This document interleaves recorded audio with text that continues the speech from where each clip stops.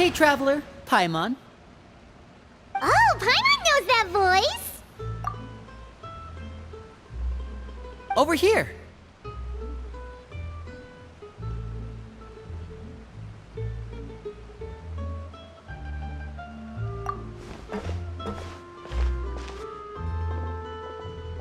To borrow one of the more popular turns of phrase at the moment, this appears to be quite the fated reunion. Running into you two out of the blue like this has really made my day. I certainly wasn't expecting it. You can say that again. What brings you to Poisson? Wait, Paimon's got it! You must be here for one of your magic shows, right? Actually, we've run into a bit of trouble on the home front, so Father arranged for us to stay in Poisson for the time being. Oh, are Lynette and Fremine here too? Yep, along with most of the other members of the House of the Hearth. You may have noticed Poisson seems a bit more crowded than usual. So you're saying nearly the entire organization has moved to Poisson? Sounds like you've run into way more than just a bit of trouble. What's really going on? Well... Since the two of you are so curious, perhaps I can fill in the gaps. You scared Paimon half to death! Father, you're here. You know... On second thought, maybe we don't need to know? It's all probably super confidential House of the Hearth stuff, right? We totally weren't trying to pry or anything. No need to be nervous. I could sense your genuine concern from your conversation just now.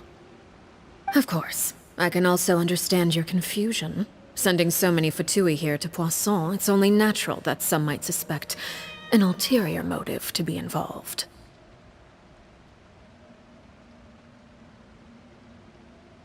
I understand. I'm well aware you've had your fair share of confrontations with the Fatui in the past, and I can't exactly guarantee that we'll remain on good terms in the future. As for right now, however, I would say we have little reason to be at odds, wouldn't you agree? The House of the Hearth could stand to be more open with those who have worked so closely with us in the past. As for the issue at hand, well, it hardly relates to any ulterior motive.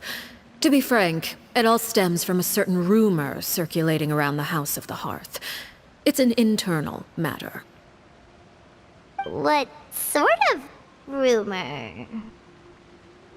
A rumor that a certain phantom child is hiding away in the House of the Hearth. A phantom child? Ooh, just hearing the name is giving Paimon the creeps.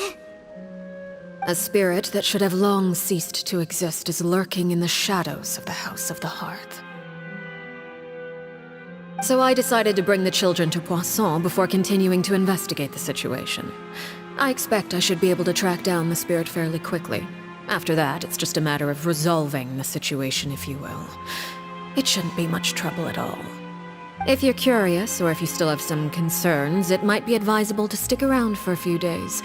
I'm sure the children would be exceedingly pleased to welcome some visitors. Lenny, I'll leave you to entertain our guests. I have some matters to attend to. Of course, Father.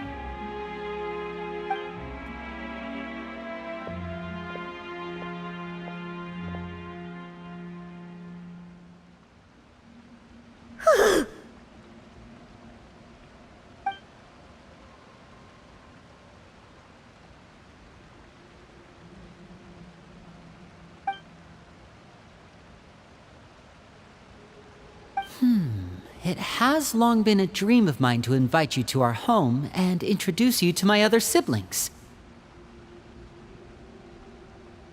You're quite well known in the organization already. A lot of people have been talking about you, especially after everything with the prophecy. If you're willing, why don't you stay a while and have a little chat with us? Alright.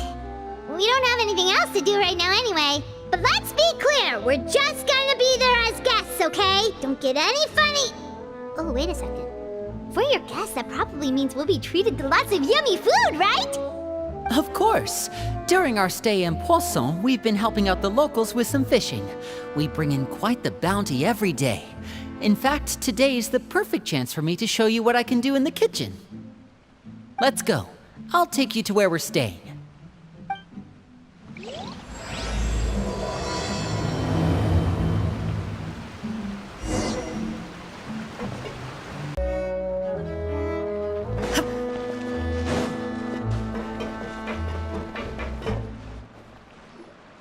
We rented this house from one of the locals to use as a temporary base. I'll come back later and tidy up a bit. After that, it should be all ready for you to stay in tonight. Awesome, thanks! So, where are we off to now? Well, when I happened to run into you two earlier, I was actually in the middle of distributing some supplies. With this many people staying in Poisson, we have to bring in outside supplies every now and then. I should probably make sure the rest of these provisions get delivered, otherwise people might start to get antsy.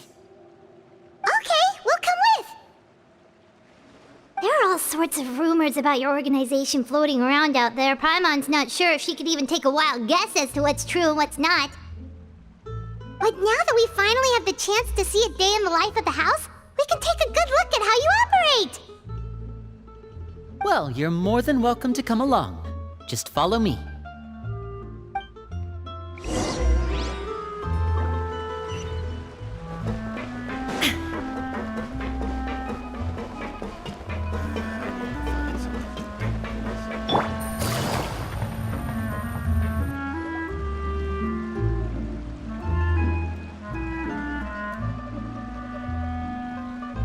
Linny!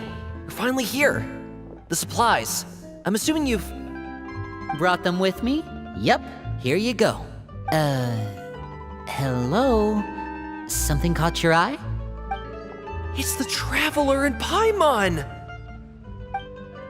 No way!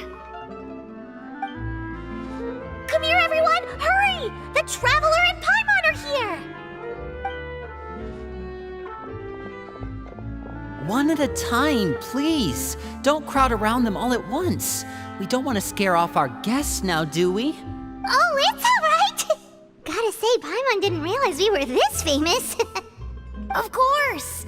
Father and Linny have told us so much about you. Father told us about how you helped Linny. According to her, you're a trustworthy friend. And as far as she's concerned, that's pretty much the highest compliment we've ever heard her give. As you can imagine, everyone's been very curious about you. I heard the Traveler is so strong that he can move a mountain with his bare hands. I heard Paimon eats so much that she can clean out the entire pantry at Hotel Tabor in just 3 days! Wait a second! That's the rumor you heard about Paimon? Oh, not cool at all! Oh wait, when guests visit, you're supposed to give them gifts and stuff, right?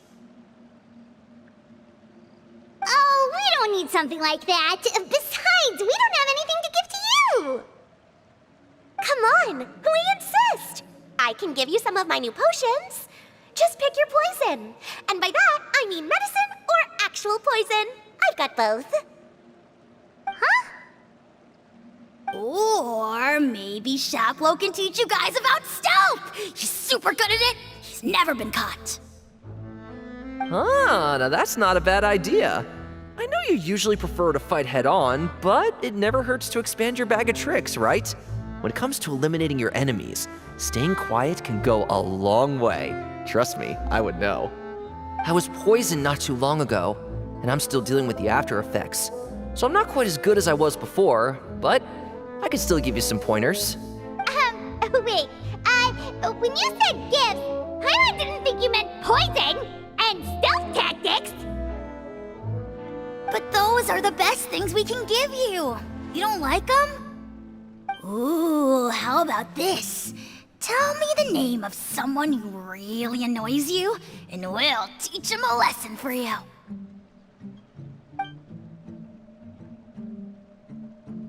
All right, Fold, Selwar. I think that's enough suggestions for now. When it comes to being a good host, it's the thought that counts. You don't need a physical gift to make our guests happy. In fact, pestering them with suggestion after suggestion might make them more annoyed than anything. I would say your enthusiasm has certainly gotten across. Really? Awesome! It's been so long since we have had guests to play with. If there's anything you need, just let us know. Yeah, especially if it's poison or something. I've got all sorts of potions for that. Well, we'll talk to you all later. We've still got supplies to distribute. All right, see you later.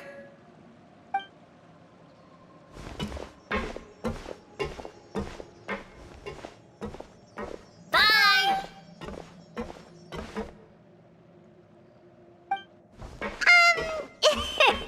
Lenny, about all that poison and stealth tactics talk just now.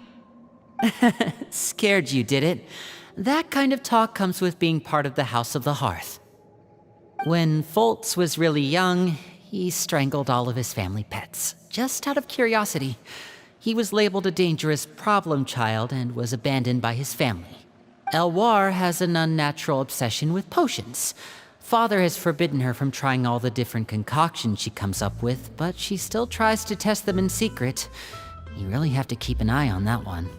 Chaplot is around my age. While I'm mainly responsible for collecting intelligence, he handles surveillance. He's very passionate about his work and has no reservations about taking on some very difficult missions. I know you two probably aren't used to that kind of talk, but I can promise you they only had the best of intentions. Things like stealth tactics and developing different poisons, they really mean a lot to them. They were just trying to share the best of what they could offer, that's all.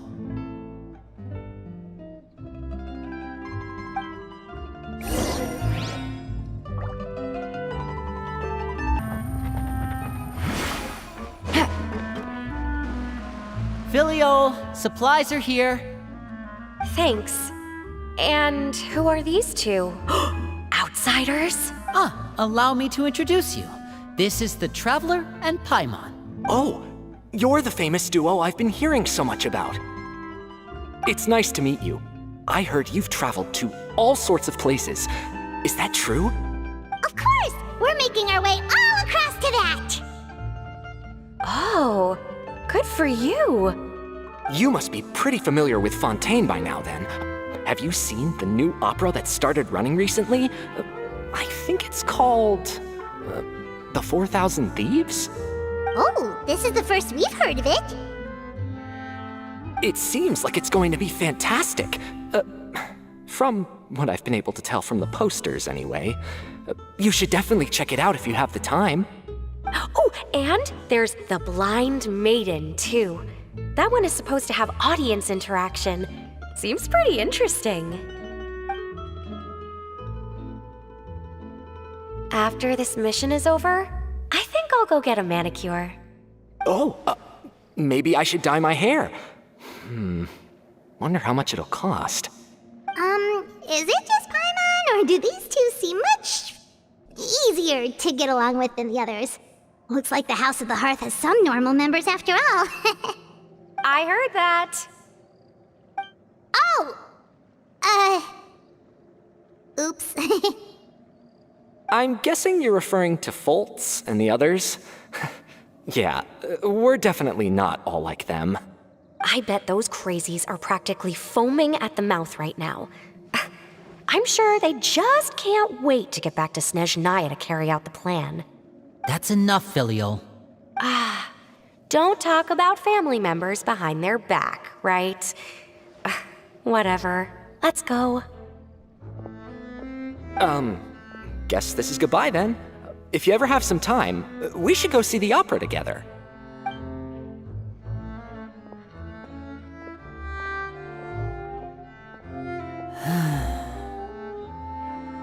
Well, that's it for the supplies. We should probably head back as well.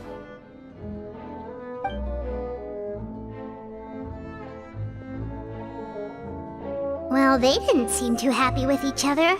Seems like there could be something more going on here. You're right. We're only here as guests after all. Oh, Linny's getting super far ahead. Come on, let's catch up.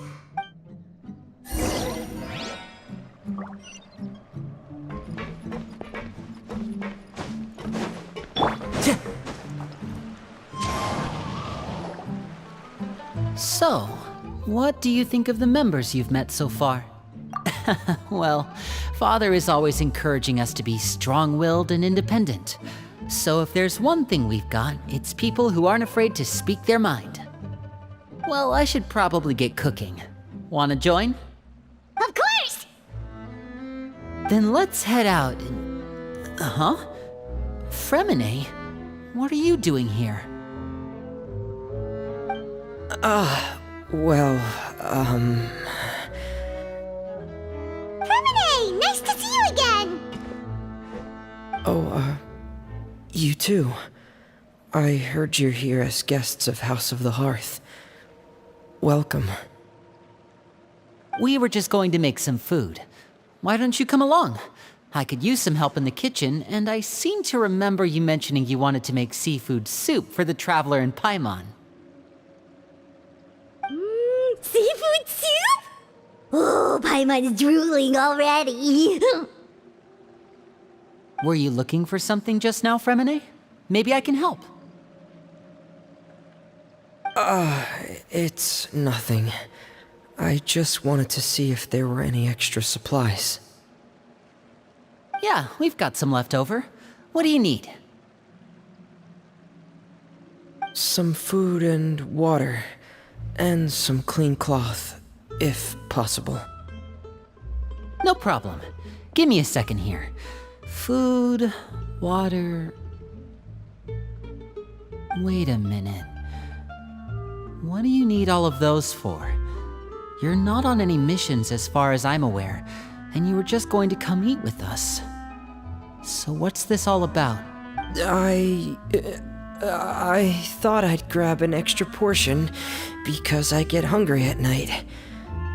Could be because I'm growing, you know, and... Fremine, you remember what I told you? You're not like me. Your lying skills still need some work. Tell me what's going on. Is it really bad enough that you have to keep it from your own brother? Maybe it'll be better if we gave them some space.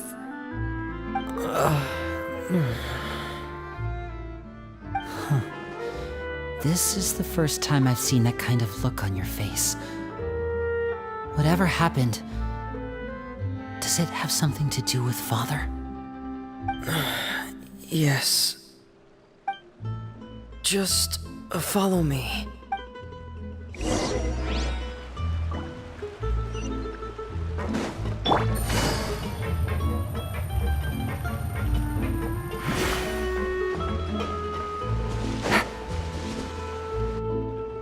You're back! Oh, and you've brought some friends with you this time. Hello, my name's Linny. I grew up in the House of the Hearth. And you are? Hi, Linny. I'm also a child of the House of the Hearth, just like you.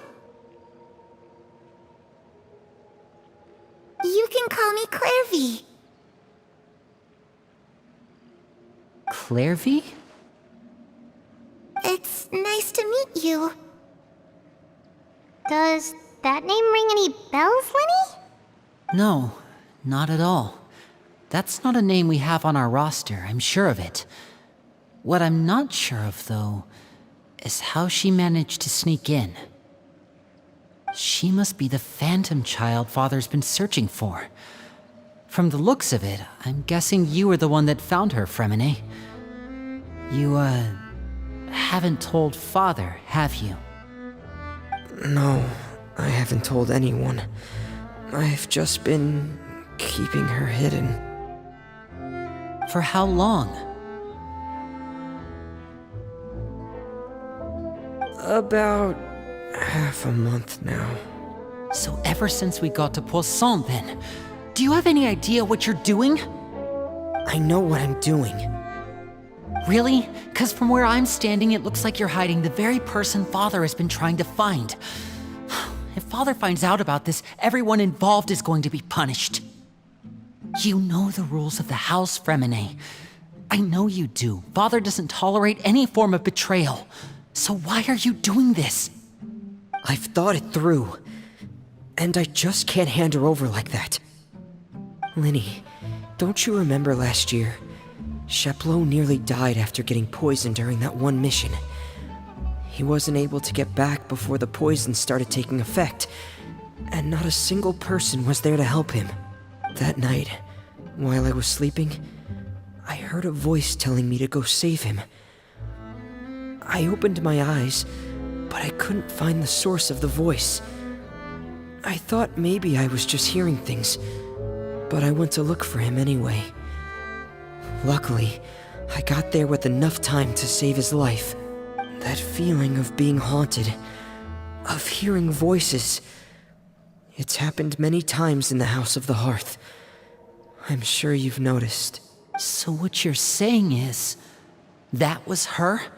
She was the one who spoke to you that night? Unless there are other spirits roaming around the House of the Hearth, I don't think there's any other possibility. If Clairvy were our enemy, it wouldn't matter whether she was a spirit or an actual child. I would have acted without a second thought, because that's what Father ordered us to do. But she's been living with us, helping us from the shadows all this time. I think that makes her family. I couldn't just hand her over to be dealt with. Not when there's so much we still don't know. So what's your plan then? You can't keep her here forever. Someone is bound to find out eventually. I haven't thought that far yet. I don't want to disobey an order from Father, but I also don't want to put Clairvy in danger. Come with me. There are a couple things I'd like to say to you in private.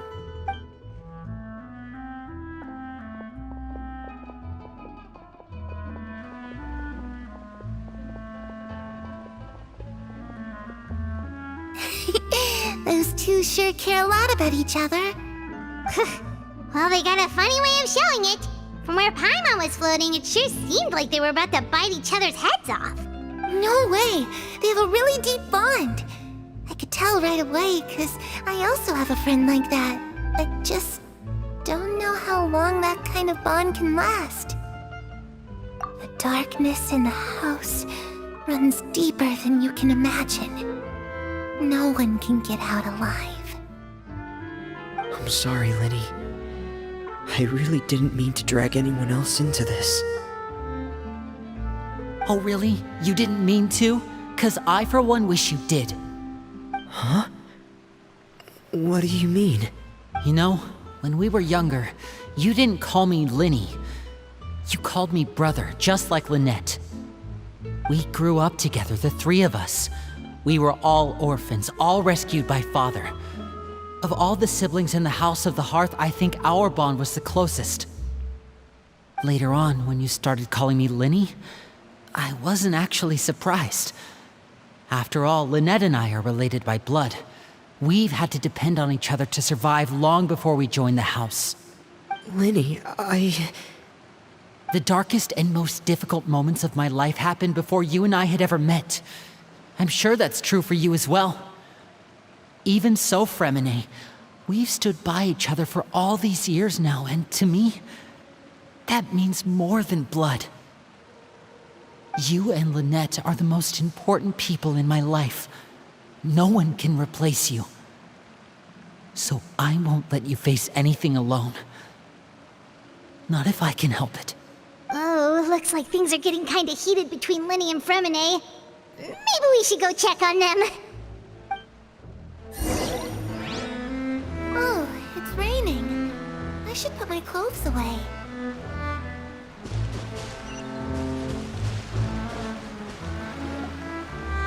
Hey, you two! Hope we aren't interrupting anything. Like a fight, or... Oh, wait a minute, Fremine. You're not crying, are you? Is everything alright? everything's fine. Thanks for asking. Well, we're all friends here, right?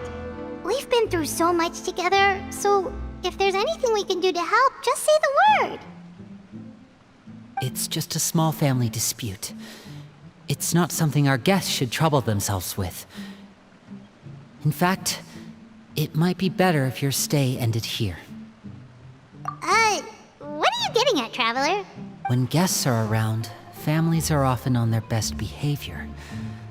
And any disputes are less likely to escalate. That's what you're trying to say, isn't it? I just... Thank you. I was really hoping to keep you out of it. But even if I could think of some other reason to turn you away, I'm not sure I could convince you. I know things could turn dangerous, so I promise you this. From now on, I'll protect you like my life depends on it. Me too. Well, back to the matter at hand then. If we don't plan on handing Clairvy over to Father, then our only other option is to solve the mystery of her identity before Father is able to track her down. That means finding out where she came from and what she's doing here. Then we can send her on her merry way and pretend like none of this ever happened. I've tried that already. And? And... nothing. I tried taking her somewhere really far away, but... after some time, she just reappeared. She even came with us all the way to Poisson. It seems like wherever the house is, she follows. I don't know much about spirits. Do you two have any ideas? Let's see here. Paimon remembers hearing something like, if you fulfill a spirit's last wish before they died, they'll let go of whatever's keeping them here and return to the ley lines. Oh, it's just that Paimon doesn't really remember where she heard that, so it's not guaranteed to work or anything.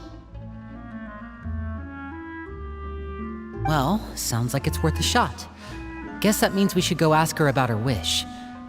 But first, Fremine, I need you to promise me something. What is it? I need you to promise me that this will stay between the two of us. We're the masterminds behind this whole thing. No one else gets involved. Can you do that for me? Of course. I promise. All right. Then let's seal the promise just like when we were kids. Fist bump on 3. Ready? 1, 2, 3. I swear.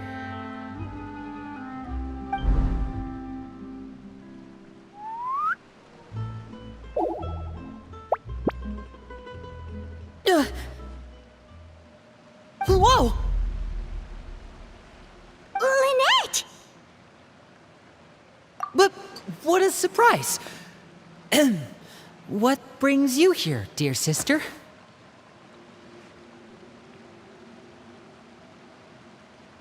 And, when exactly did you get here?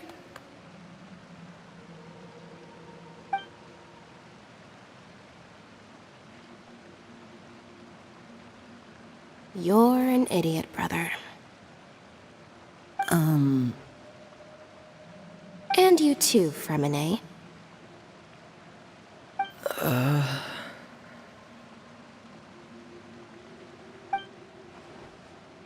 You 3, Traveler. And you 4, Paimon. Wait, what did we do? I've seen Clairvy around the House of the Hearth before. I hadn't seen her in Poisson, so I figured she must not have come with us. But it turns out, you were just hiding her. I heard you talking about your plan. Rather than steering clear of the situation, I'd rather fully join in.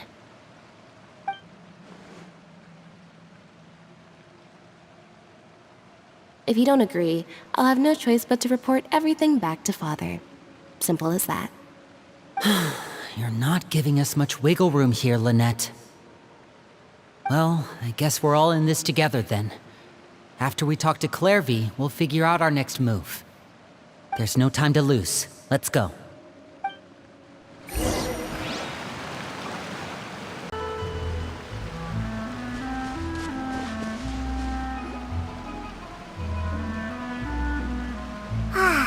I'm full. Thank you for bringing me this food, you guys. She said she's full, but the food doesn't look like it's even been touched. That's right. Based on what I've been able to observe, it doesn't seem like Clairvy can interact with the physical world at all. Still, when she's presented with food, she'll always linger around it for a good little while. Maybe, in her mind, she really is eating those things.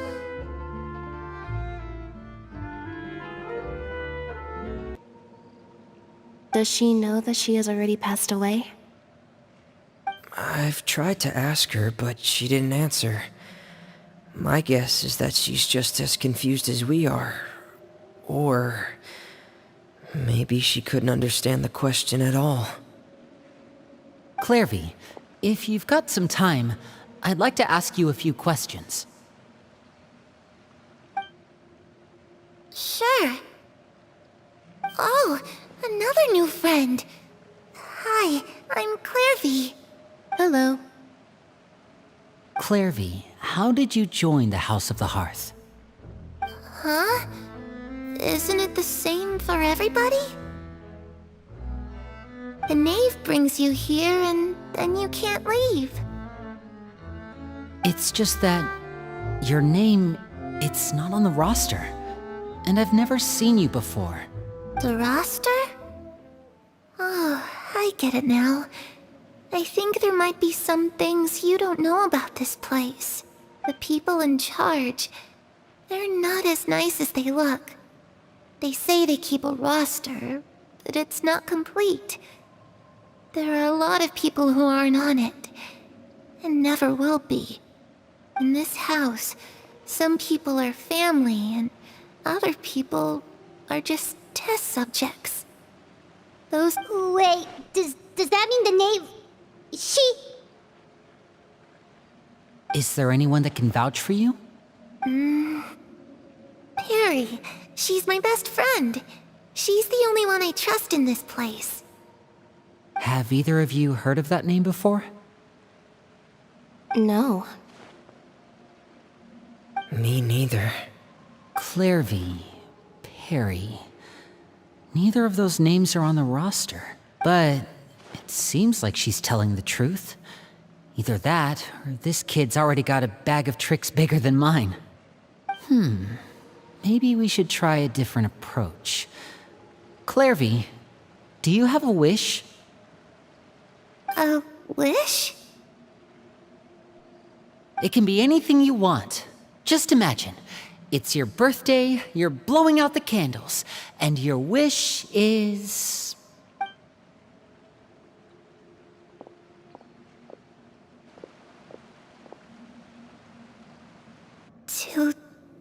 To go outside, where the sun can find me.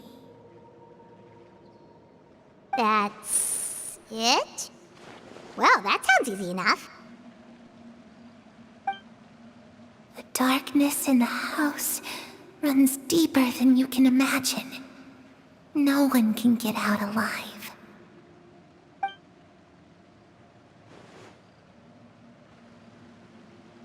Okay, time to divide and conquer.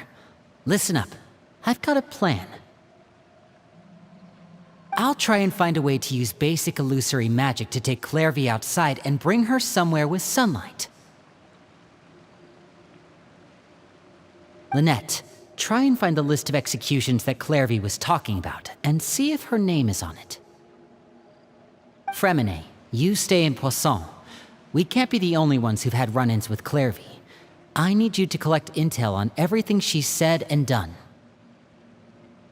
Understood. I'll try my best.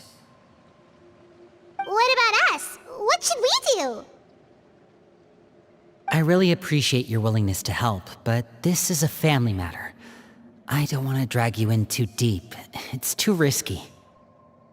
Let me think. Since Father considers you to be guests, maybe you could stick by her side for a little while. You don't need to do anything except keep up some nice, casual conversation. Ah, Paimon gets it. You want us to distract her. I'll give you a magic bird. If Father suspects something, all you need to do is release it when she's not looking, and it'll alert me that something's wrong. Of course, that's only as a last resort. If Father doesn't seem to notice us, there's no need to make contact. We'll reconvene here tonight after all's said and done. If the worst case scenario happens and we're discovered, just tell Father everything. We're not going to let our guests get punished for our own actions. That's where we draw the line. You too. Okay, this is where we part. Father should be at the beach nearby.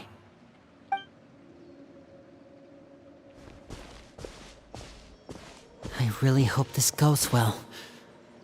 No, it has to go well. That's the only way this can get resolved.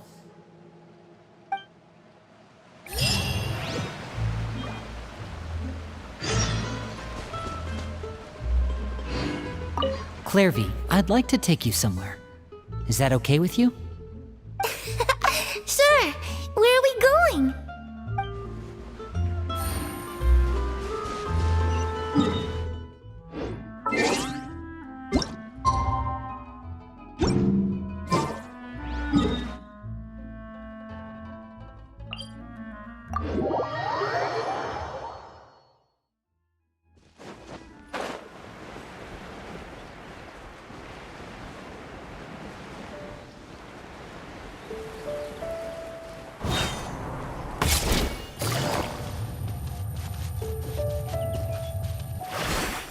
Take it easy.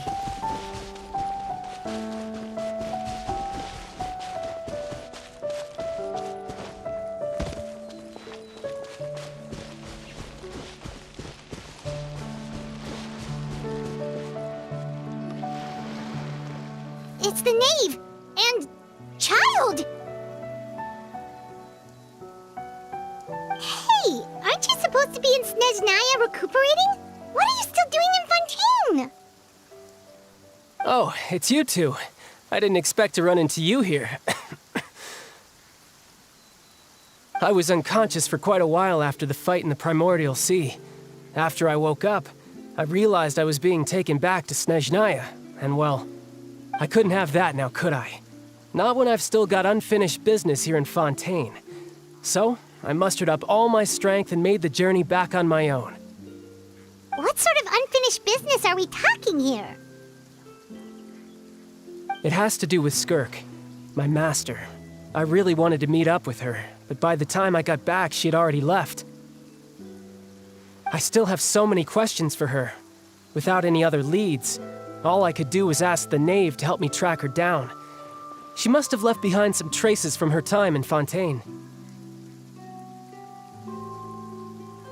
Oh, okay, so have you found any clues? Unfortunately, no. While the House of the Hearth is adept at collecting all manner of intelligence, certain existences can still manage to escape our purview. Basically, unless Master feels there's a need to meet with me, she's not going to be found. But that problem has an easy fix. I just need to become stronger, and then... Paimon thinks you should focus on getting better first. The worst of it is over. It's all thanks to that one kid from the House of the Hearth. Elwar, I think her name was. She gave me a bunch of random potions to drink. They didn't go down easy, let me tell you. Pain and chills all over. But they really did help speed up my recovery. And that's good, because it looks like I really do have to head back this time. The old man's been putting the pressure on me. He sent someone to tell me I'm needed for some sort of project. Project Stuja? Yeah, that's the one. I heard Regrader's involved too. I'm not looking forward to having to listen to all his monologuing, that's for sure. Hey, maybe you could think of a way for me to stay in Fontaine for a little longer. Helping Linny and the others brush up on their fighting skills would be far more interesting. If you and I could spar, that would be even better. I've been waiting for a chance to see you go all out. And what a sweet little daydream that is. But I also have a role to play in all this. I'll be leaving Fontaine shortly as well. Besides, considering how little they see fit to step outside the homeland, being called on to return to Snezhnaya by such illustrious dignitaries. What a great honor. Wouldn't you agree? One I could do without, I'd say. Is it just Paimon? Or does it kind of seem like they're... So, dear guests of the House of the Hearth, to what do I owe the visit? we just... Right! We're super close to Linny and the others, but we still don't know much about you! Is that so? Introductions have already been made, have they not? Oh, well, you see? There's only so much you can learn about someone from a short introduction. At least tell us something a little extra, like... Why do you call yourself father? Huh, good question. I'd also like to know. The fact that you have to ask tells me our intelligence work has been quite successful. Telling you the answer to that question would only serve to undermine that success. And we can't have that, now can we? Spoken like a true diplomat. That was some expert sidestepping right there. Well, if there's nothing else, I think I'll take my leave. I still have a small matter to resolve at home. Wait, don't go!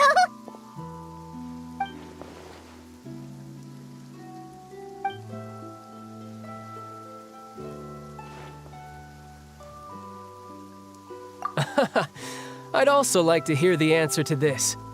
I've met some of the members of your organization, and they all seemed like really good kids. They actually reminded me of Tonya and Tusser. Which, by the way, if you ever betray them, I'm just letting you know, I won't let you off easy. And why would I betray them? Well, you've already betrayed the House of the Hearth once, haven't you? At least, that's what I heard.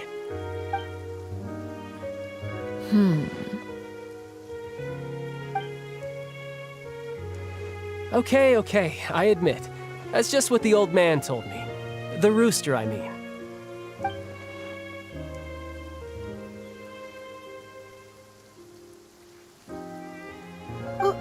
Wait, did you really do something bad to those kids? Never mind what I've done. I'm more curious as to what the mighty rooster had to say. Care to enlighten me? Well, nothing much. Just some stuff about you taking out many other members of the House of the Hearth, and even going so far to attack your own family. I see. Oh, based on your reaction, I'm guessing it's all a bunch of lies. Hardly. I don't appreciate his particular turns of phrase, but I suppose he didn't say anything untrue. Although, it would be more accurate to say that there is a certain level of prejudice involved, but I don't intend to clear that up just yet. Prejudice has a funny way of concealing the real truth behind certain things, an attribute that I find to be quite advantageous. Call yourself a Fontanian, for example, and people will assume all sorts of things, when the real truth is that this is simply the land where I was raised. Huh? You're not actually from Fontaine? But then why did you try to help out with the prophecy and everything? I was trying to protect the children born in Fontaine. Claiming that I myself was a Fontanian simply made it easier to operate.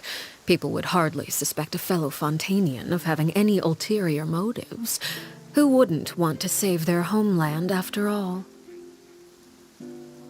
The primordial sea wouldn't have any effect on me, but it would have caused great harm to the House of the Hearth. Well, you wanted extra information, didn't you? There you go. I hope that satisfied your curiosity.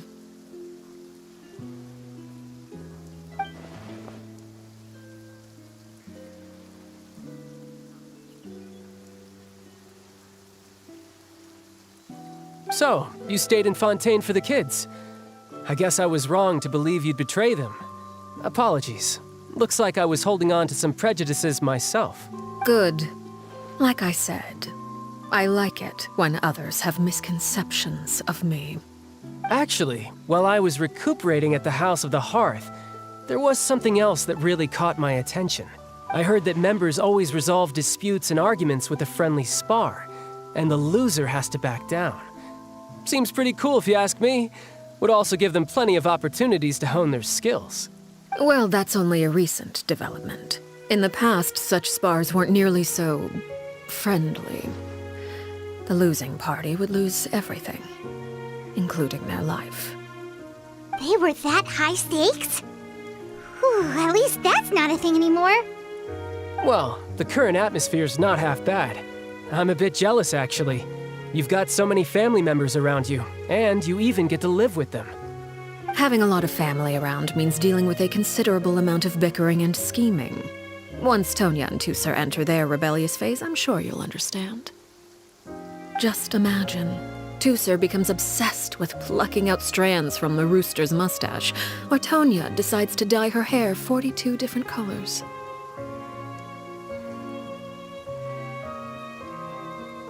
Okay. I get the picture.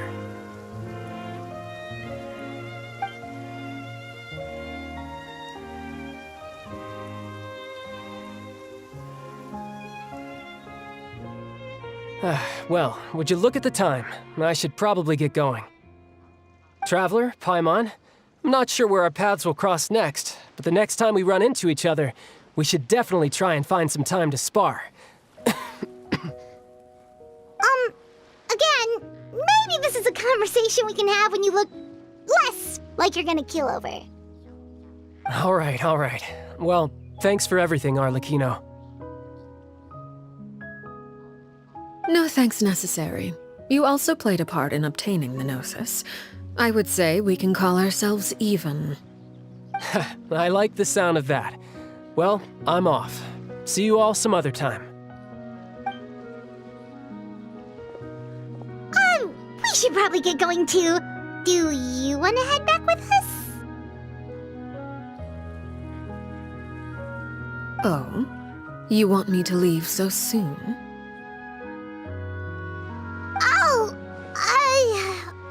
Well, you see, I'm rather enjoying the evening breeze. If you don't mind, I think I'll stick around for a bit. I have some things to think about. Apologies for not attending to you like a proper host. Please forgive this slight. I do hope you'll have a pleasant stay. We managed to keep her distracted until nightfall. Good thing Child was there to keep the conversation going. You don't think she suspected anything, do you? Oh, I wonder if Liddy ran into any issues. Let's hurry back and see how everything went.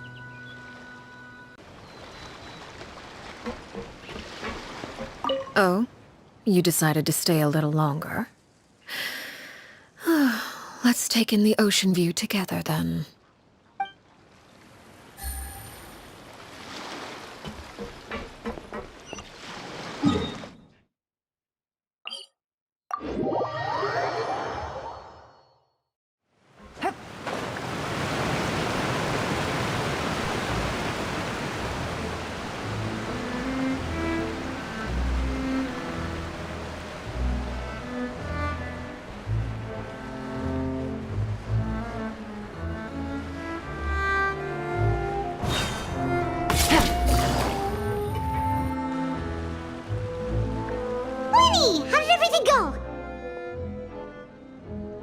Well, long story short, we ran into a small issue.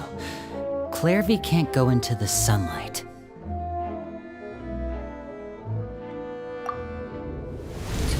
Everything was fine at first. She followed me up to the surface just like I told her.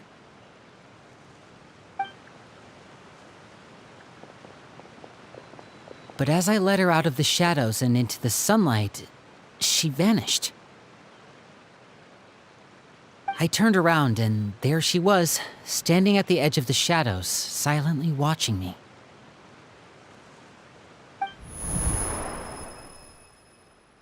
Huh. Maybe she's afraid of sunlight, or... No, it wouldn't be her wish if that were the case. Well, we could always try pushing her into it.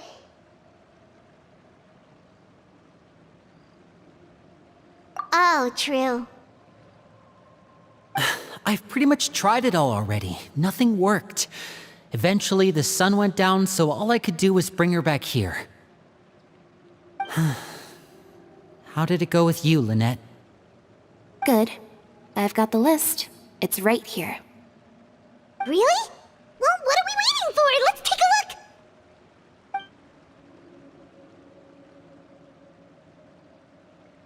Oh, that's a lot of pages.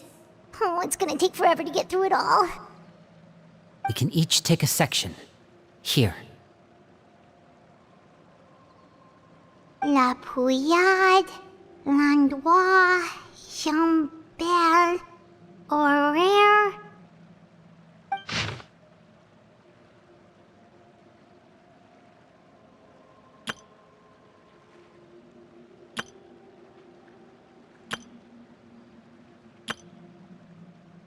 Oh, yikes. That horaire guy has a huge scar on his face. He's kinda giving Paimon the creeps. Ah, I've met him before. The scar is from an injury he received during a mission. I still remember him joking with me about it. He said any future lover would take one look at him and then lose all interest. Did he say anything else? Well, I asked if there was someone he was interested in. He said no, and that's where our conversation ended. It was only later that I learned he really did have someone he liked. He risked everything to escape so he could be with her, but it didn't work. One day, Father asked to see him, and, well, I never saw him again after that. Wait, so that means the knave, It may seem cruel, but it's just one of the rules of the house. Betrayal is not to be taken lightly. We know too many secrets to come and go as we please. So, if you do try to leave, you pay with your life.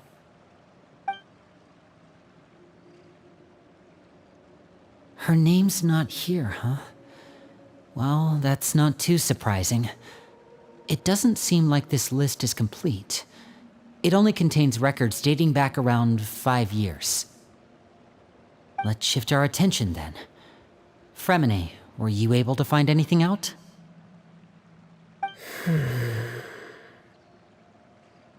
Fremine. Sorry. I was thinking about something.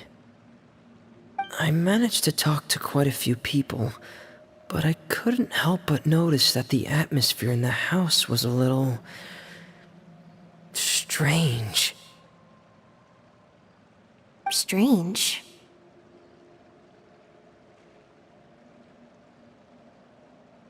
Yeah, I mean, I know there have been arguments in the past, times when people haven't gotten along. Chaplot and Filiol are a good example of that. Oh, those are two of the people that we met while delivering supplies. Paimon can see how they might not get along. They had very different vibes, and their, interests seem to be pretty different as well. That's to be expected, actually. Father brought us all here, shared her knowledge with us, taught us how to fight. That's one thing we all share. But that's also where the similarities end. Not all of us feel the same desire to stay here. As members of the House of the Hearth, we're also considered part of the Fatui. And to a lot of people, that's an identity they never asked for. Certain members get older and realize they want something else for themselves. But considering the rules of the house, most people would never say that out loud. People like Chaplot and Foltz are loyal to Father and her vision. They're proud to be part of the Fatui. Filiol and Nantoy, on the other hand, well, they aren't quite as enthusiastic. These kinds of conflicts have always been there. It's not like Father is in the dark about any of this. Well, that's true. But it just feels like things have gotten worse lately. Filiol and the others, It seemed like they were meeting in secret to talk about something.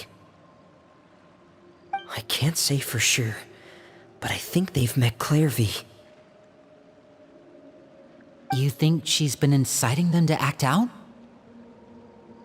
No, not exactly. But I wouldn't be surprised if she said something to them about the darkness in the house and how deep it runs.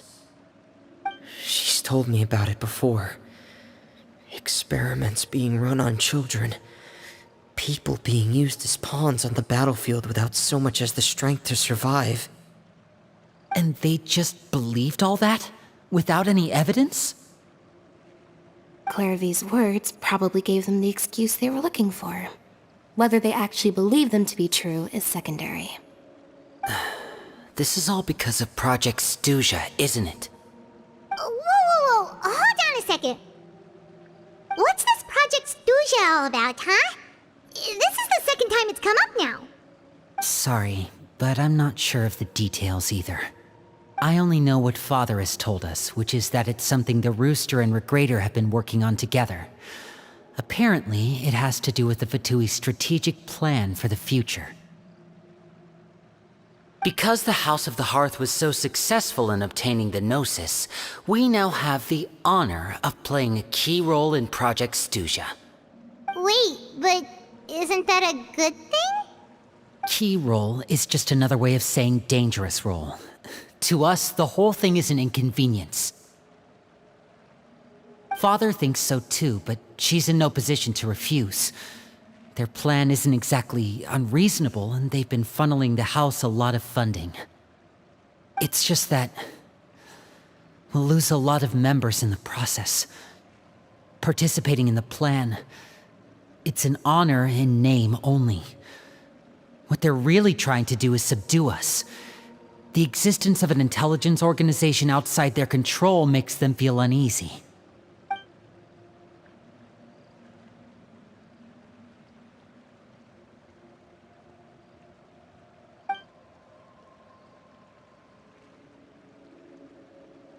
Okay, super complicated top secret Fatui business aside, what does all of this have to do with the conflicts you were talking about earlier? Paimon doesn't get the connection. External pressure has a way of exacerbating internal strife. You can't overlook the power of fear either. People are afraid of dying, and that fear is often the impetus for a lot of stupid decisions. I thought resolving the Clairvy situation would make everything go back to normal. But it looks like things are more complicated than I thought.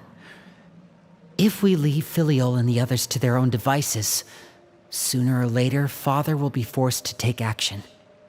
We can only focus on one situation at a time, brother.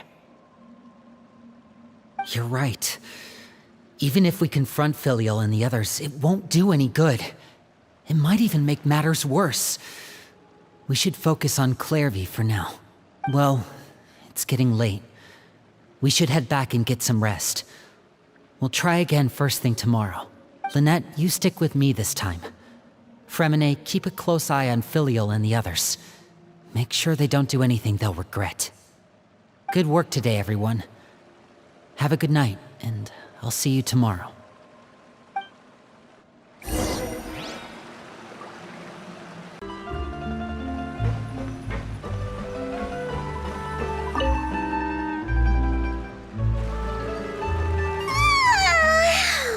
I'm always looking forward to an early night, but she can't sleep at all.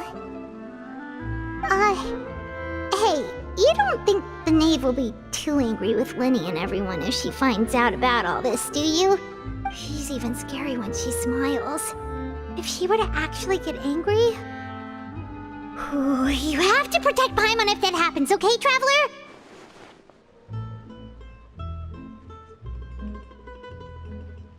Oh, well, in that case, we should just plan on running away. We'll grab Linny and the others and we can make a break for it as fast as we can. Look! Look over there! Quick! Let's catch up with her before anyone sees!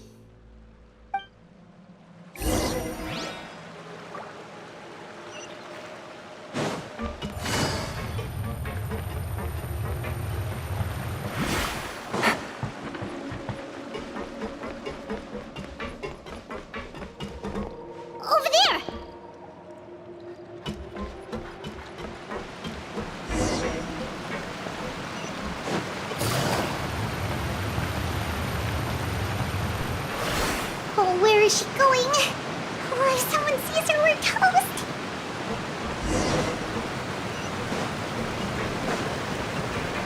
Take it easy. One with nature.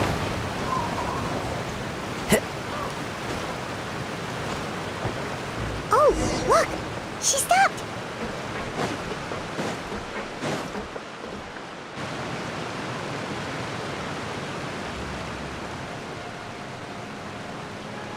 Clairvy! Shh. I opened the window while no one was looking. Look how pretty the outside is. If only I could have more than this. You probably think I'm being silly, huh? All this hopeless resisting? It's better to dream of what I could have than try to make it a reality, right? Please, help us get on the same page here, Clary. We need you to tell us what you know. Can you do that? Sure. Although, after you hear all this, I think you might regret that decision. Everyone in this family is nothing more than a tool, something to be used and exploited. We're all expendable, including me. As long as you're useful, you get to stick around. Lose your value, and you're handed over to the doctor, experimented on, and given a fate worse than death. I've seen it happen again and again, and I've had enough. You're saying the knave did all that? It's just, that doesn't seem like something she would do. She's scary and all, but it seems like even she has lines she wouldn't cross.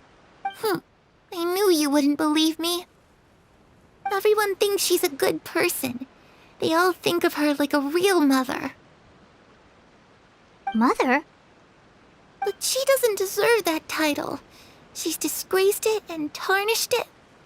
And if I had things my way, I'd never see her again. If only Perry were here, she'd understand. Perry? There's that name again. Also, Paimon's getting a strange feeling. It almost feels like she's not really here with us. Paimon can't tell if she's actually talking to us or if she's mistaken us for someone else. Well, in any case, it seems like she really needs someone to talk to. We should keep her company for a little longer. She looks so young. But it seems like she's been through a lot. It's getting windy. I should close the window. Ooh, look at the moon. Isn't it pretty? Hey, wanna hear a secret? I heard that if you look up at the night sky in Snezhnaya, you can see the aurora. It's supposed to be super pretty. Even prettier than the moon tonight. Perry and I promised each other that once we're older, we're gonna go see it together. But I can't find her. I'm worried she's also been... No, that wouldn't happen to her. She's special. Mother likes her a lot. I should really go talk to Mother, but we just fought. She doesn't want to see me, and I'm too scared to face her. What should I do?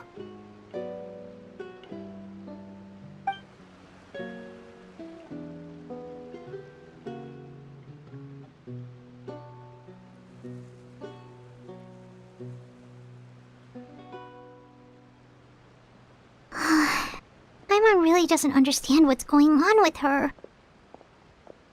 Well, let's head back. We've got an early morning tomorrow.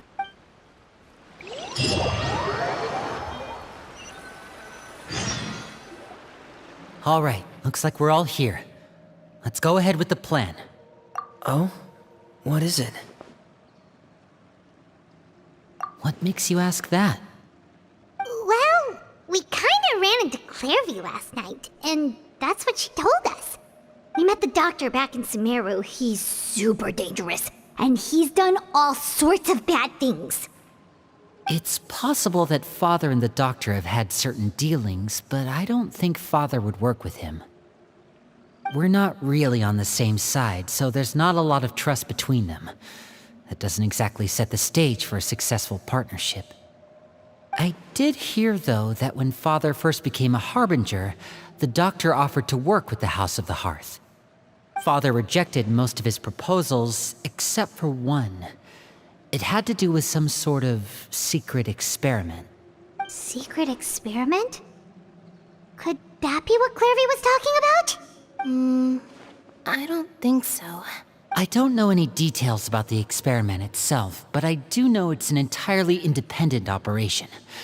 The Doctor only proposed a direction for the research. That was the extent of his involvement. I still don't think that counts as working together. The details of the experiment are confidential, but complete records are kept on all participants. That doesn't seem to be the case with the situation Clairvy referred to. I know you don't agree with some of the Fatui's methods, and I'm not asking you to. But I am asking you to trust us on this. The House of the Hearth has its own principles. There are certain lines we're not willing to cross. Alright, that's good to hear at least. Clairvy seems to think the Knave and the Doctor worked together to do something horrible. If that turned out to be true, Paimon doesn't know how he would even face you guys. It's just that it doesn't seem like Clairvy is lying either. The easiest thing to do would be just ask the Knave directly, but Paimon doesn't think she'd tell us. Father didn't come back last night. She's probably still near the shore. We'll be counting on you to distract her. Lynette, you're with me. Fremine, you know what to do. Be on your guard, everyone. All right, let's get to it.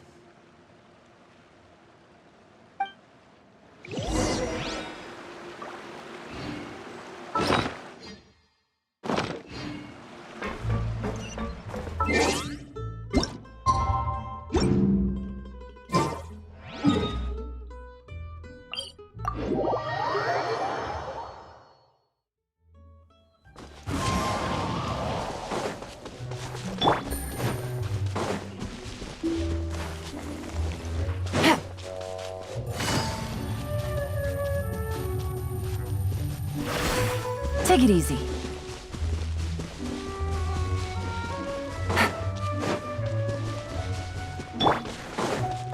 Wind Strider.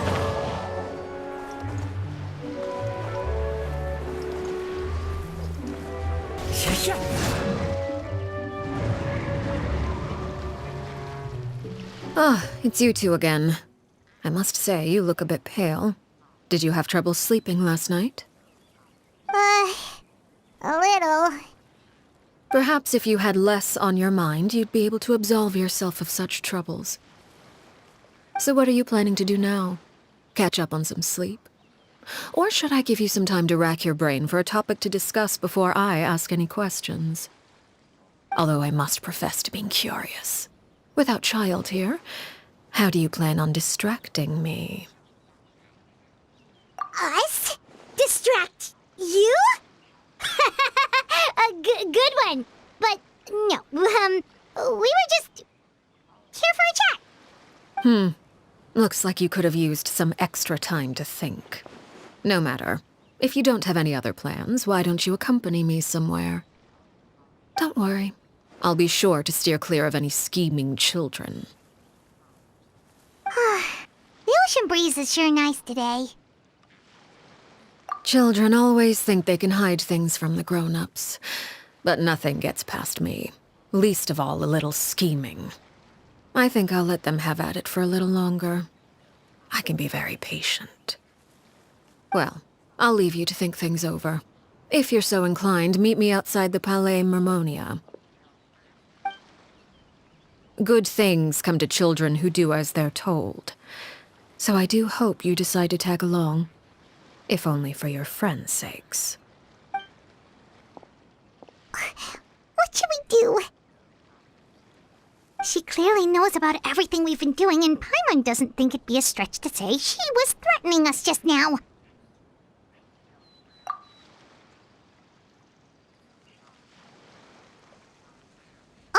good idea.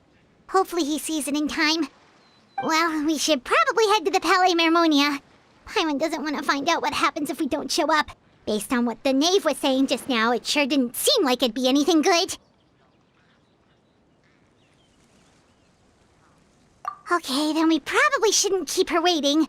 It seems like Linny and the others are on thin ice, so let's do our best to not get them in any more trouble.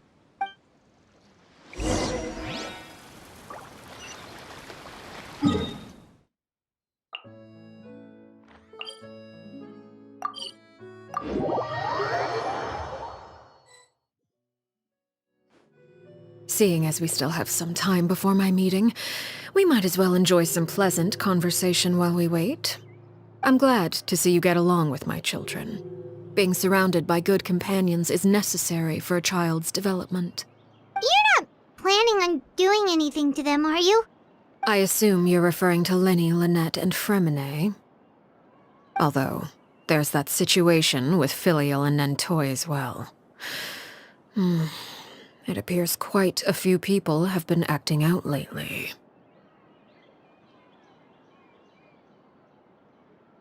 No matter. I'm not one to discriminate. All those who betray the house meet the same fate. There are no exceptions. Does that mean you're going to kill them? Oh, are you here to beg for their lives? I'm sorry to disappoint, but the rules of the house change for no one.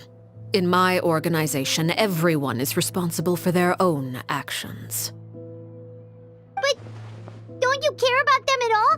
They really respect you. They even call you father. You must feel something for them. Any organization in which feelings come before principles is one destined for ruin. The House of the Hearth is hardly an exception. You could say our principles are more stringent than most. Perhaps I can offer you this consolation at least. As our guests, you two will not be held accountable along with them. I would imagine Linny, Lynette, and Fremine will be able to keep their lives. As for Filial, Nentoy, and the others, I'm afraid there's little I can do. They can try to escape, but once you know our secrets, there's no getting out alive. But that's awful. Ah, you seem concerned. Out of consideration for my guests, I suppose I could turn a blind eye for a little longer. If Linny and the others manage to dispose of Clairvy in the meantime, all evidence of their wrongdoing will be lost. In that case, I could hardly punish them for something I couldn't prove. If their efforts are unsuccessful, on the other hand, all will be held accountable, and the punishment will be severe. Of course. Oh, and here, I believe this belongs to you. Do try and keep better track of it next time. It takes a considerable amount of time to train a bird like this. It would be such a pity if you were to lose it. Permanently. Wait, where did you get that? Well, I'm afraid that's all the time we have to chat. Now, for the matter at hand. I asked you to meet me here because I have business at the Palais Mermonia. It has nothing to do with you, but I think it would be prudent for you to stick by my side for the time being. There will always be time later to run off and tell Linny what you've learned. Well, time to go. Looks like we wrapped things up just in time.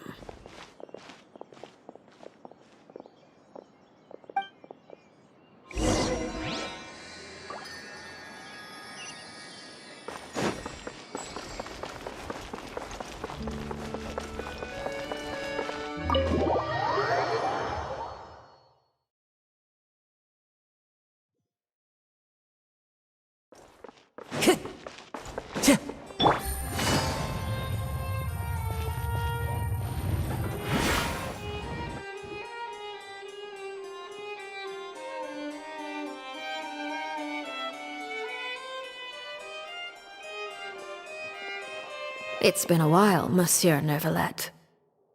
I must say, I wasn't expecting my meeting request to be approved quite so quickly. The Palais Mermonia operates with an efficiency worthy of admiration. It is only right that an esteemed diplomat such as yourself should be afforded the proper level of respect. Although, if I may speak plainly, I must confess that I did not anticipate we would have the occasion to meet again after presenting you with the Gnosis. I see you brought the Traveler and Paimon with you as well. If I may inquire as to the purpose of your visit. I'll be departing Fontaine shortly. There is, however, an outstanding matter that I would like to see resolved before I go. It requires a rather lengthy explanation, I'm afraid. So I took the liberty of explaining everything in this proposal. Please review it at your leisure, Monsieur Neuvillette.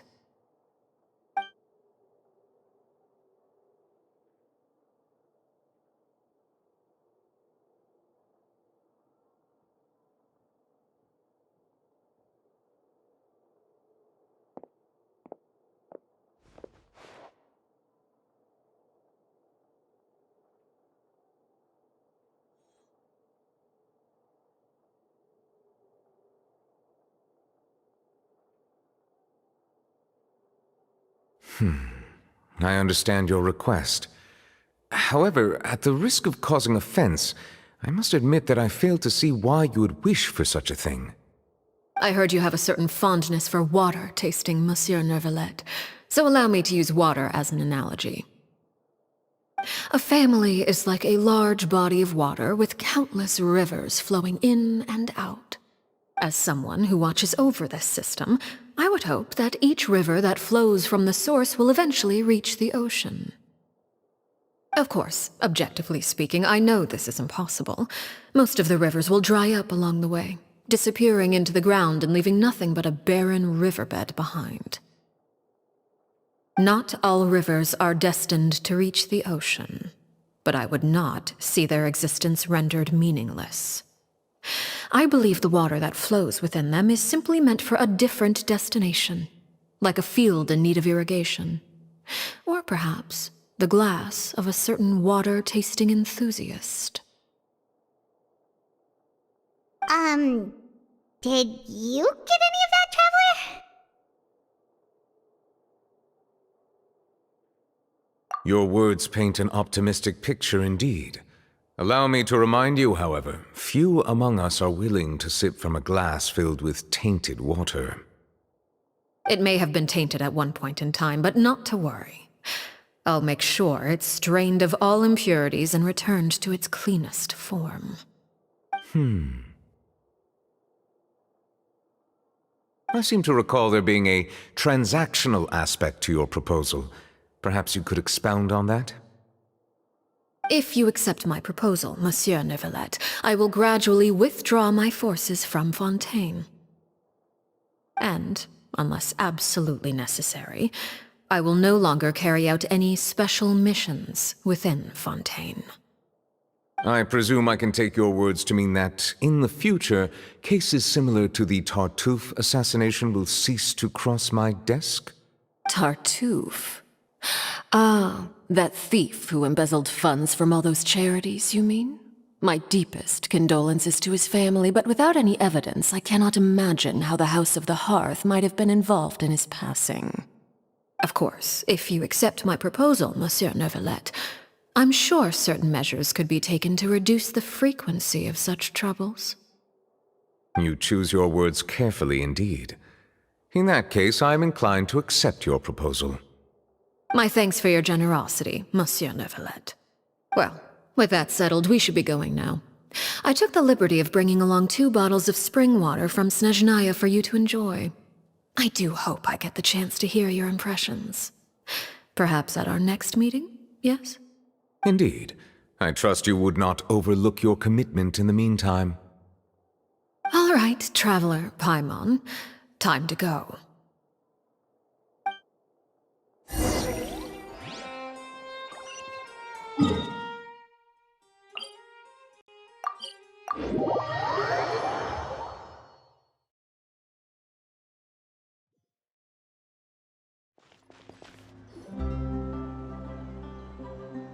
So, what exactly were you talking about back there? Paimon only heard you mention some rivers, a large body of water, and then some kind of irrigation scheme. You really want to know? I would imagine there might be more pressing concerns at the moment. Winnie, Paimon really hopes everything's going okay. Oh, Paimon recognizes that look. You've got your thinking cap on, don't you, Traveler?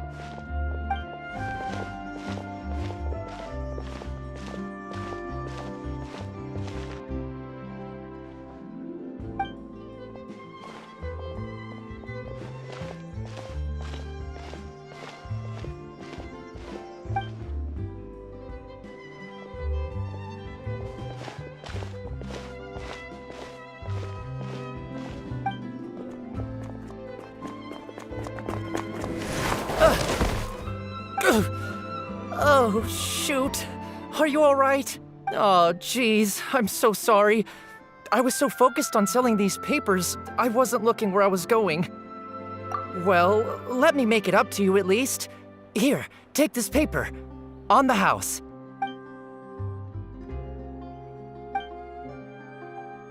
Oh, you don't have to give us anything. Please, I want to. It's not like I'm short on supply. All the extras will be useless come tomorrow anyway. It's my fault, really. I was just trying to bring home some extra mora for the family, but I bit off more than I can chew. I haven't had many takers today, so I'm still swimming in papers. What's going on here? Nothing much. I just ran into your friend here on accident. I should probably get going, actually, so... Hold on. Of course, I'm happy to compensate you with mora, it's just... I don't have any on me at the moment. I'll take 3 papers. Here.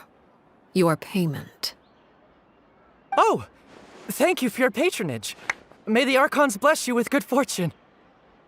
If only I had the chance to run into such generous customers every day.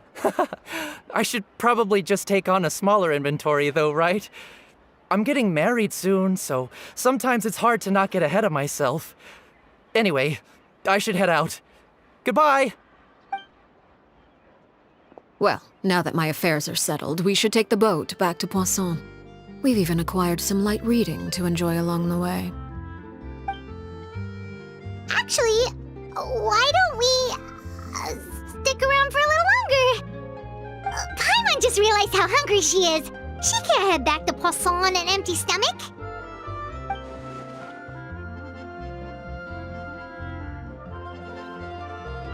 It appears you two are under the impression that delaying our return will somehow alter the situation in your favor. I'm sorry to ruin your fantasy, but your efforts are meaningless.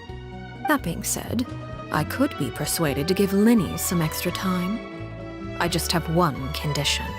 If you agree to my request, I'll even answer some of your questions. You're quite curious about Claire V, are you not? And my relationship to her. Wait, why are you being so generous all of a sudden? You're not gonna ask us to do something bad, are you? You overestimate yourself. You don't have the talent for bad things. Then what can you possibly... The most important consideration in a negotiation is that both sides receive something they want. Demands and threats only get you so far. Wonderful. Here it is. When the time comes, make the choice that you deem most appropriate in the situation, and lend your help to the House of the Hearth. Okay, sounds normal enough. But what do you mean, when the time comes? When is that supposed to be? That is for you to decide. Then we have a deal. Follow me.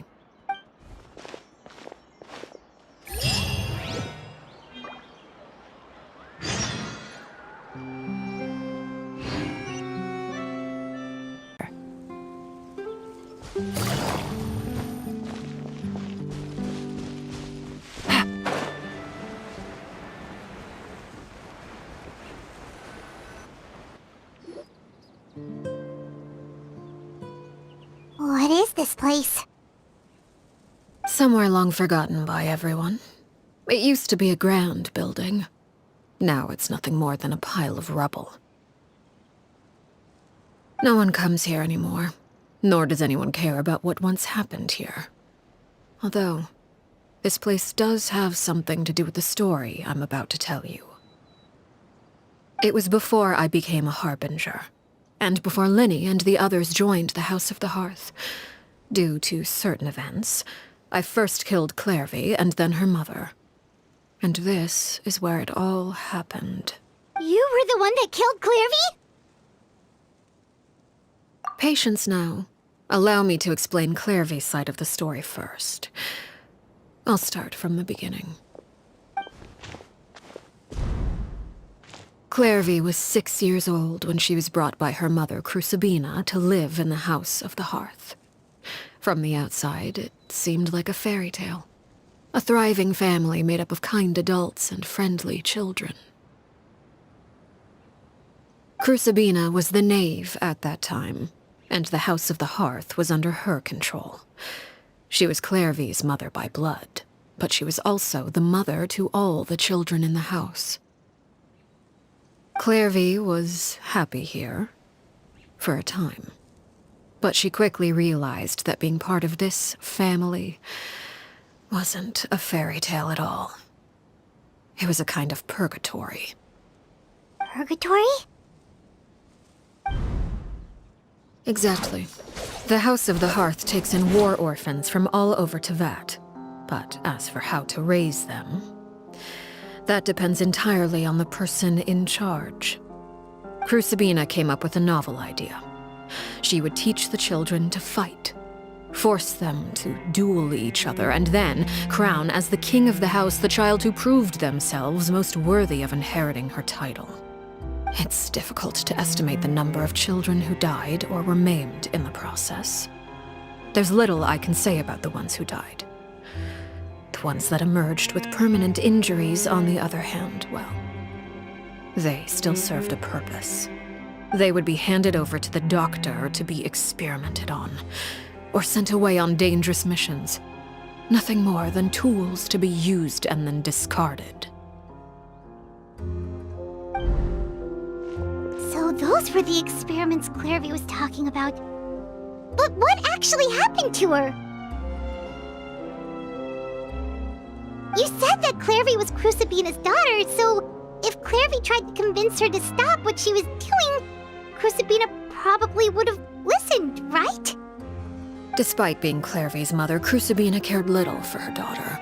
She forced Clairvy to join the House of the Hearth only as a means to demonstrate her own impartiality as a mother, to prove that she treated all her children equally. Clairvy did try to convince her mother to change her ways, but it was to no avail. After her efforts failed, the only other option was to rise up and try to fight back.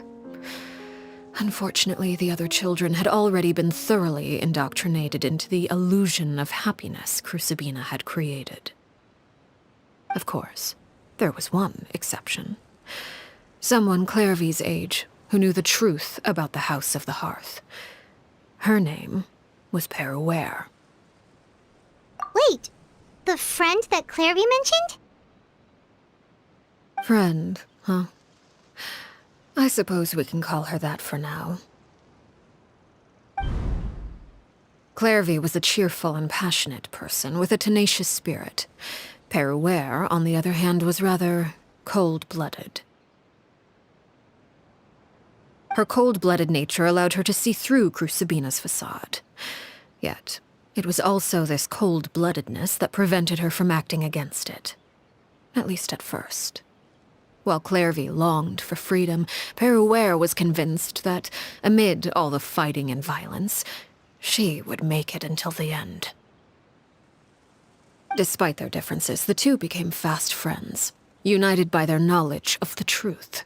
Clairvy told Peruere that she hoped to create a real family, where no one would be killed or sacrificed. There may have been a certain naivete to her ideas, but Clairvy proved her determination many times over. She tried countless times to run away, ask for help, or expose the truth. But her efforts only earned her beating after beating. The only thing that kept her going was her strength of will. Even with her body racked with pain, she would still stand on her tiptoes and open the window at night. She and Perouer would look out at the moon together, a fierce longing for freedom shining in her eyes.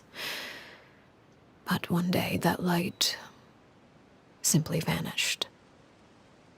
Oh no. What happened?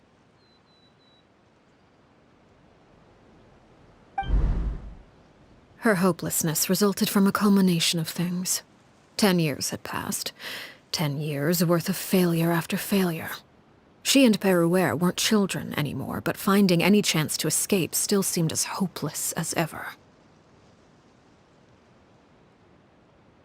It was during this time that Perouer suggested a new plan.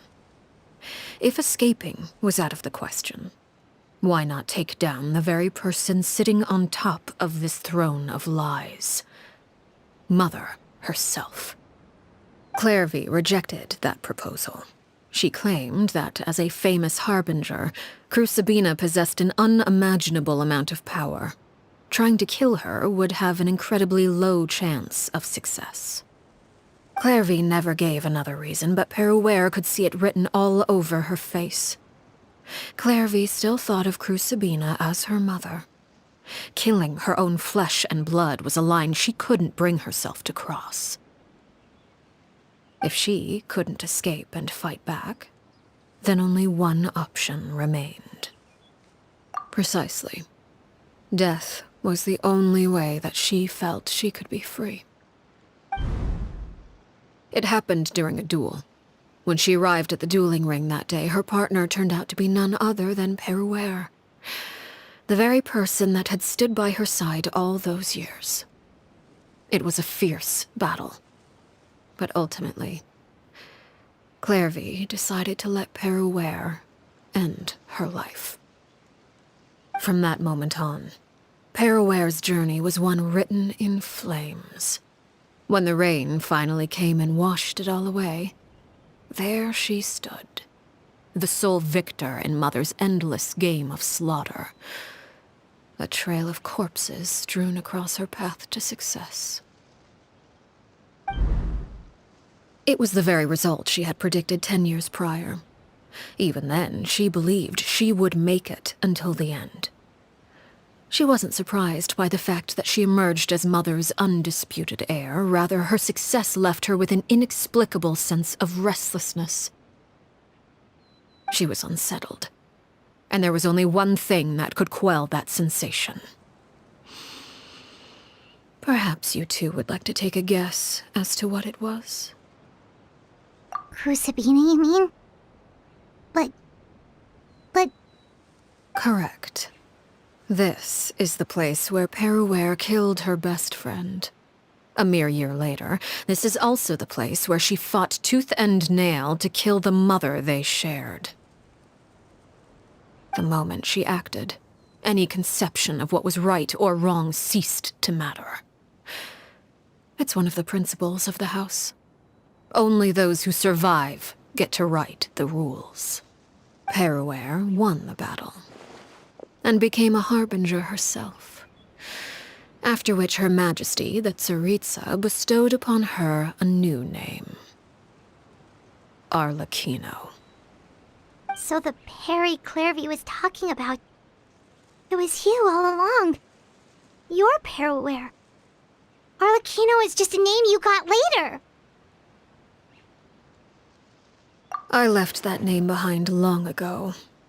I must say, hearing it now does bring back memories. After I defeated Crucibina, the moniker of Mother died with her. I chose to forego the title she called herself, and even chose to give up my own name. I rebuilt the House of the Hearth under a new identity. Not only as Arlecchino, but as father. And that is where the story ends. Any more questions? Yeah. Based on what you just told us, Clairvy wasn't a little kid when she was killed. So the Clairvy we met... Was she really a spirit at all? I suppose you could call her an illusion born of flame. Her existence is like ashes to a fire, something left over in the wake of blaze and ruin. You see, a certain power runs through my veins. It's not unlike a curse. My flames leave behind shadows of anything they consume. Of course, the chances of those shadows morphing into a sentient entity are exceedingly slim. Clairvy is a very special case. Clairvy died when she was 16 years old, but what emerged from the flames was her 6-year-old self. Her appearance wasn't the only thing affected. Most of her memories were lost to the blaze as well. Memory is a mysterious thing indeed. Losing a portion of your memories will alter your sense of self. Lose 10 years' worth, however, and it would be like living in the past. Like returning to a version of yourself that never grew up. No wonder Paimon got such a weird feeling when we were talking to her. Perhaps I should put it this way. Clairvy is someone trapped in time. It may seem like she exists with us in the present, but she truly lives in the confines of her own past. So if all of that is true, then you must have known about Clairvy for a long time. Indeed. She's a rather volatile and unstable entity. Sometimes she would look after the children. She's even saved some of their lives. But other times, she would hide from me and become obsessed with revealing the truth about the house to anyone who will listen. Shadows don't have the capacity to learn or grow. Any new information they encounter is quickly forgotten over time. Your attempts to expose Clairvy to sunlight. They failed, yes. The reason is actually quite simple. In Clairvy's mind, the house is impossible to escape, and it is this very perception that traps her there. But no matter. All I have to do is kill her again, and all will be resolved. I don't anticipate so much as a single speck of ash will be left behind this time. Wait! Paimon can understand why you might want her gone, but isn't there another way? So what if she's trapped in her 6-year-old self? She's still your friend! At least talk to her first! It's too late for that. She broke the rules, and now she must be punished. That goes for Filial and Nantoy as well. She's had quite the effect on them. I hope you understand. The difference between Crucibina and myself lies in our formulation of the rules, not our policy for enforcing them.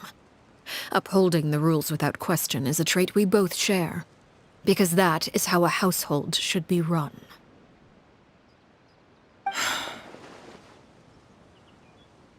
Is this really what you want to do?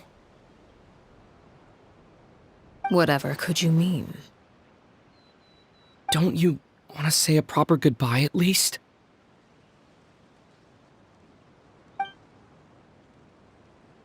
Whether as a killer or as a father, there are two things that must be avoided at all costs: anger and sorrow. Anger makes you impulsive. Sorrow causes you to waver. Well, it appears it's about time to proceed.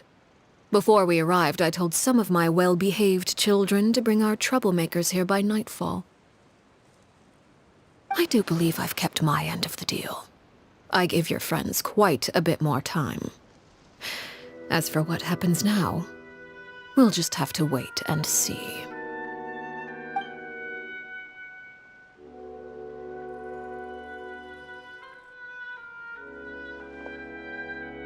Here they are, Father. Oh, you gonna execute him? Seeing something like that would actually be a first for me. Winnie! I'm sorry. I heard about how you helped buy us more time. But I still failed. I couldn't find a way to fulfill her wish. Huh? Are you...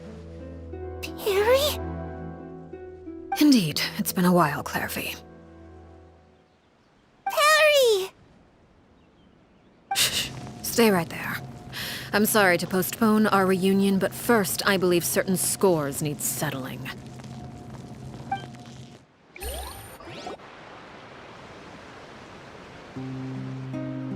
Father, let me explain.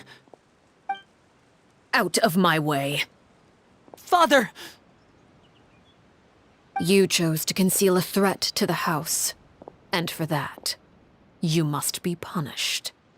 Overall, however, I suppose your wrongdoing is hardly the most egregious of the bunch, so I'll deal with your punishments later.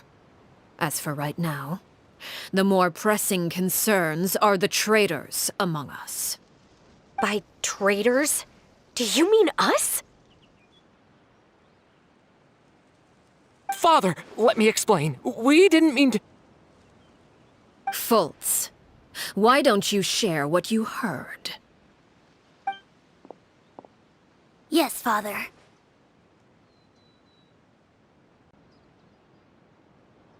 Secret Midnight Meeting number 3. Participants, Filial, Nantoi, Sato, Toddy. Nantoi clearly said, if only Father wasn't the one who took us in. Sato added, I'm sick of this life. I just want to live as a normal person. Filial was the worst of them all. She called us crazies and said a bunch of mean things about Father.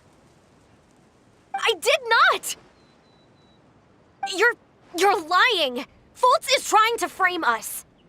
It's not like I'm the only one who heard those things. After that, you and Toddy and a bunch of other people started talking about Clairvy. You were using all those things Clairvy brought up as an excuse to question Father. We're birds locked in a cage. The only way out is to destroy it. That's what you said, wasn't it? You little.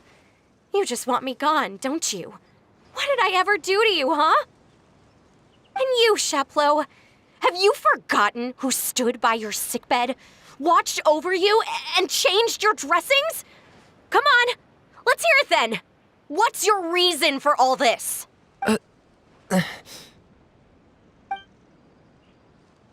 You're wrong, Filial. We don't want you to die. You're our family. Liar. You wouldn't be doing this if that were the case. So why? Why have you backed us into a corner? We all live in the House of the Hearth. You know the type of work we do, Filial. A single betrayal can cost dozens of us our lives. It's not like it's never happened before. That kind of thing is hard to forget. That's why the House of the Hearth cannot tolerate any form of betrayal. Ever since we came to Poisson, you've had 7 secret meetings. A lot of the things you talked about really crossed the line. You've been spying on us for half a month? Wait a second. Now that I think about it, the move to Poisson was just a way to make it easier to spy on us, wasn't it? Because we were all in one place. You've had this planned all along. Filial, Nantoi, I'm sorry. I owe you both my life. I owe Clairvy too. If it weren't for all your help after I got poisoned, I wouldn't be standing here today. If this were any other situation, I would do anything to repay that kindness, even if it cost me my life. But rules are rules. I'm sorry. My hands are tied. Why? Why? That's enough, Filial. We made a mistake, and we should own up to it. We broke the rules, plain and simple. And now we have to face the consequences. I'm sorry, Sheplo. Fultz. I'm sorry, Father. We accept our punishment. Chapleau, according to the rules of the House of the Hearth, how should these traitors be punished? All those who betray the house pay with their lives. And so it shall be.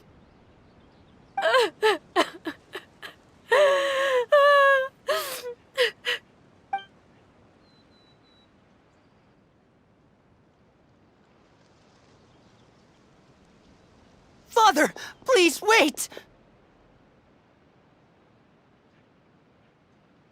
Something you want to say, Linny? Please reconsider, Father. What Filial and the others did, does it really count as betrayal? We all come from broken families. From the very first day we joined the House of the Hearth, we wanted nothing more than to make it a real home. But the truth is, none of us know what a real home should look like. I'm not saying I have all the answers. All I know is this. Killing Filial and the others may uphold the rules, but doing so will only bring us further away from being a real family than we've ever been. So please, Father, please reconsider. I agree with Linny. Father, please. Linny, you...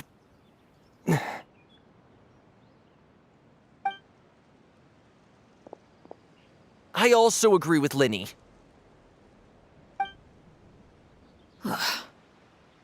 An order once given cannot be rescinded. However, given the extent of your determination, I suppose we shall have to go about this a different way. Draw your weapons and face me. Our weapons? Father, are you referring to a duel? Precisely. The rules of the house will not be altered. Traitors must be punished. However, resolving disputes with a duel is also one of our rules, one that also applies to me. Demonstrate a sufficient showing of strength, and I shall offer a concession. Wait. Beat Father in a duel? Impossible. Father is way too strong, even for Linny.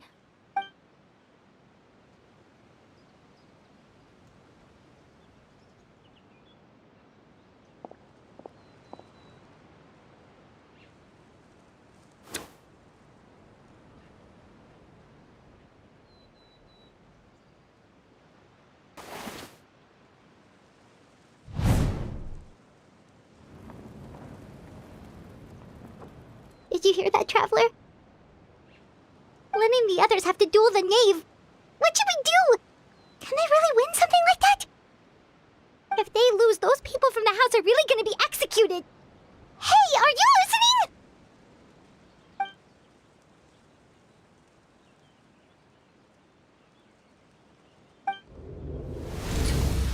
Don't you want to say a proper goodbye at least? Anger makes you impulsive. Sorrow causes you to waver.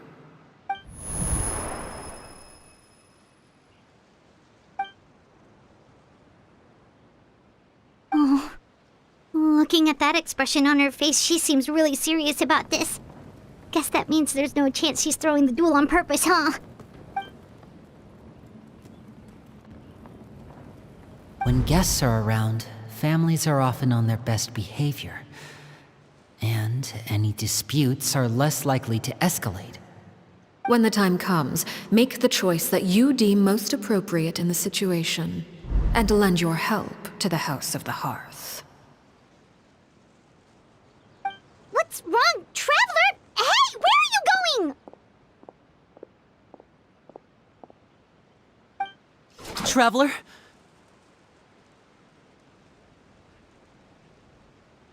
You're asking to join the duel against the knave? I'll allow it. We do have a ready-made dueling ring at our disposal, after all. All I would advise is this. Keep a firm grasp on your weapon, and give it your all.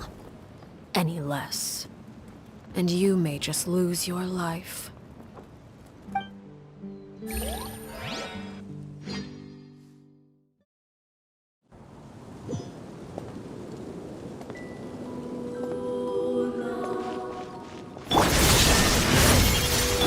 Is it my turn now? Gotcha. With these rising flames! Let's light it up! Watch out for Father's movements! Is it my turn now?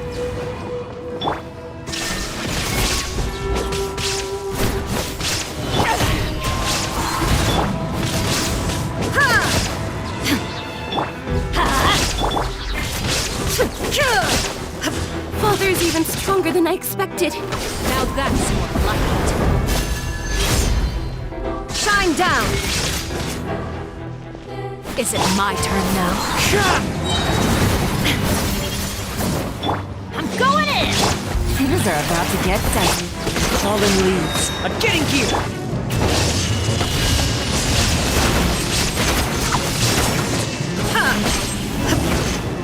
With the fall of darkness, destruction shall rise. Have a taste of purgatory. Watch out for Father's movements! Spare your energy. Running is of little use.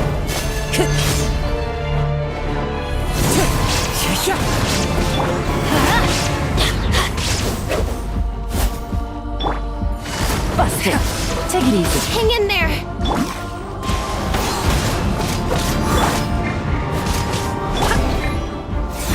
Let's light it out! Countdown has begun.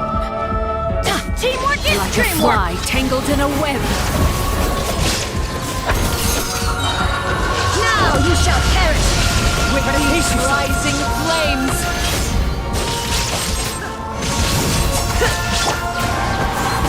Game's up. Time's over. Quietly now.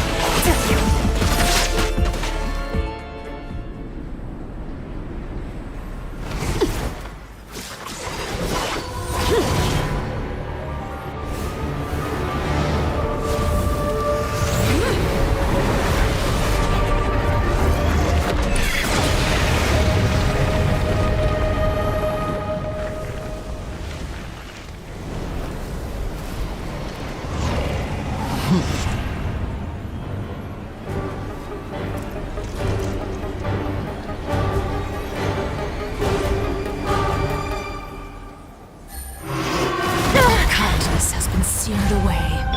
My blade is all that remains. Gotcha. Now's our chance! Over here! There is no escape! Your Everybody punishment stand back! made manifest. Clouds high. The birds call! Torn to oblivion!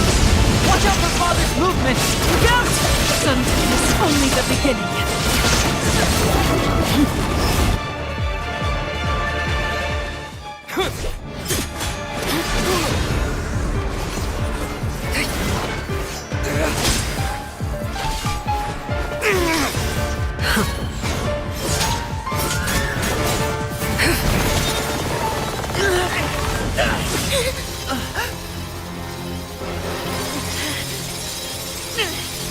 You should know better than to crowd in one place.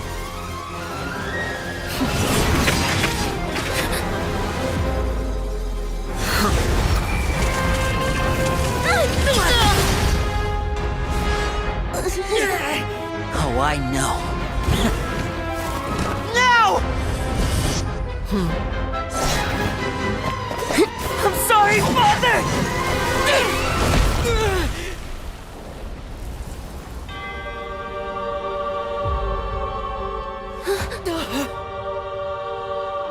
Sorry for what? This pitiful excuse for an attack.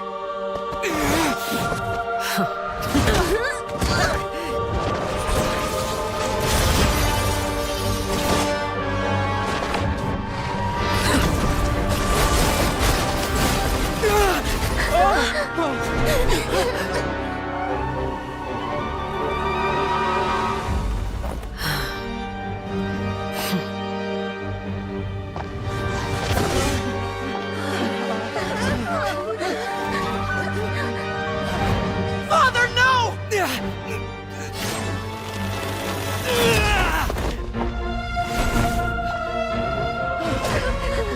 Made it out, did you? You're stronger than I expected.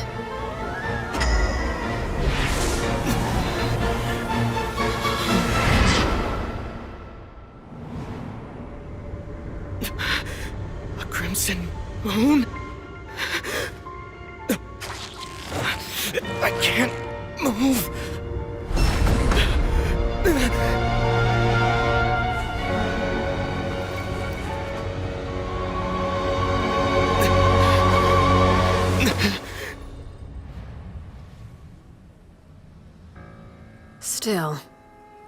not strong enough to beat me.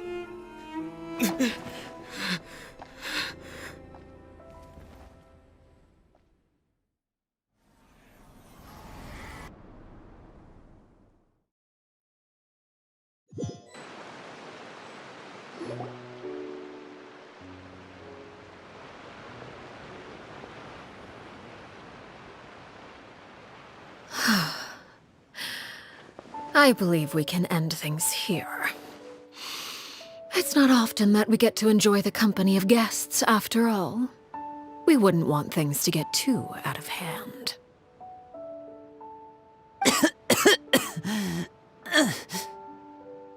Brother, are you alright? Lenny! Given that I am the victor of this duel, as agreed, the punishment stands. No! I never thought things would end like this. However, everyone involved in the duel demonstrated a remarkable level of strength and determination. In light of this, I'm prepared to change the method of execution. Elwar, the bottled flames I gave you for safekeeping. Do you still have them? Yes? I wasn't sure what they were for, but I've kept them super safe. I didn't lose a single one. Wonderful. Then, in just a moment, I'll have you administer them. Bottled flames? Indeed. They're the product of a secret experiment. Under certain special circumstances, flames can be extracted from my person and preserved. Once ingested, searing pain will spread across every inch of your body. No harm will come to you physically, but your memories will be burned away. If you can withstand the pain, when you awake, you'll have forgotten everything you know about the House of the Hearth, and will be expelled from the organization. In other words, administering this concoction will kill the version of you that grew up in the house, and give you a new identity.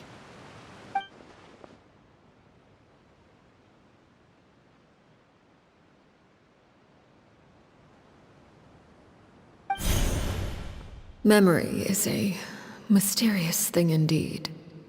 Losing a portion of your memories will alter your sense of self.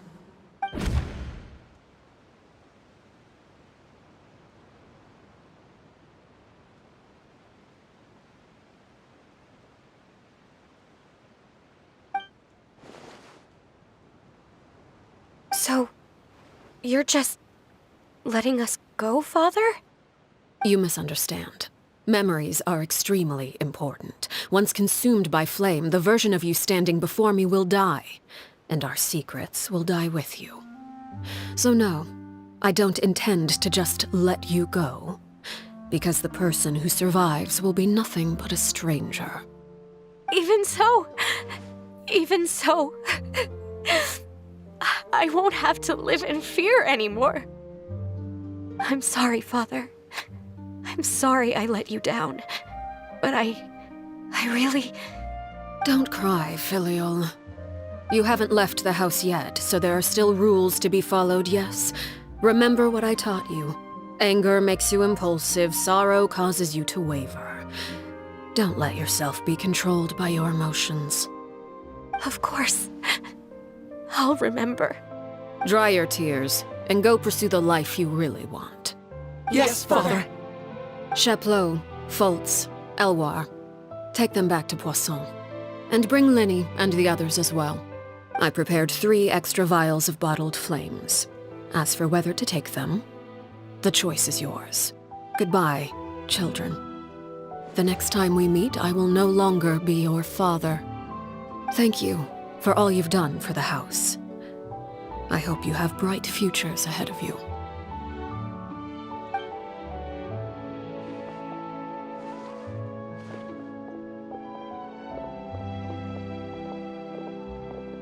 Father.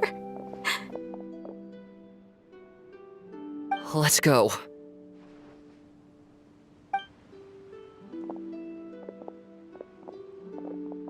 Here, honey. I'll help you walk back. Thank you.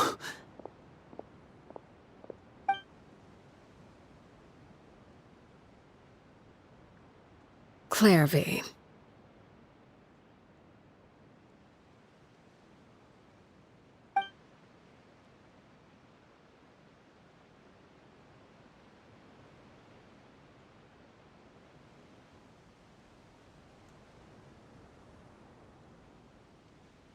Can we talk now?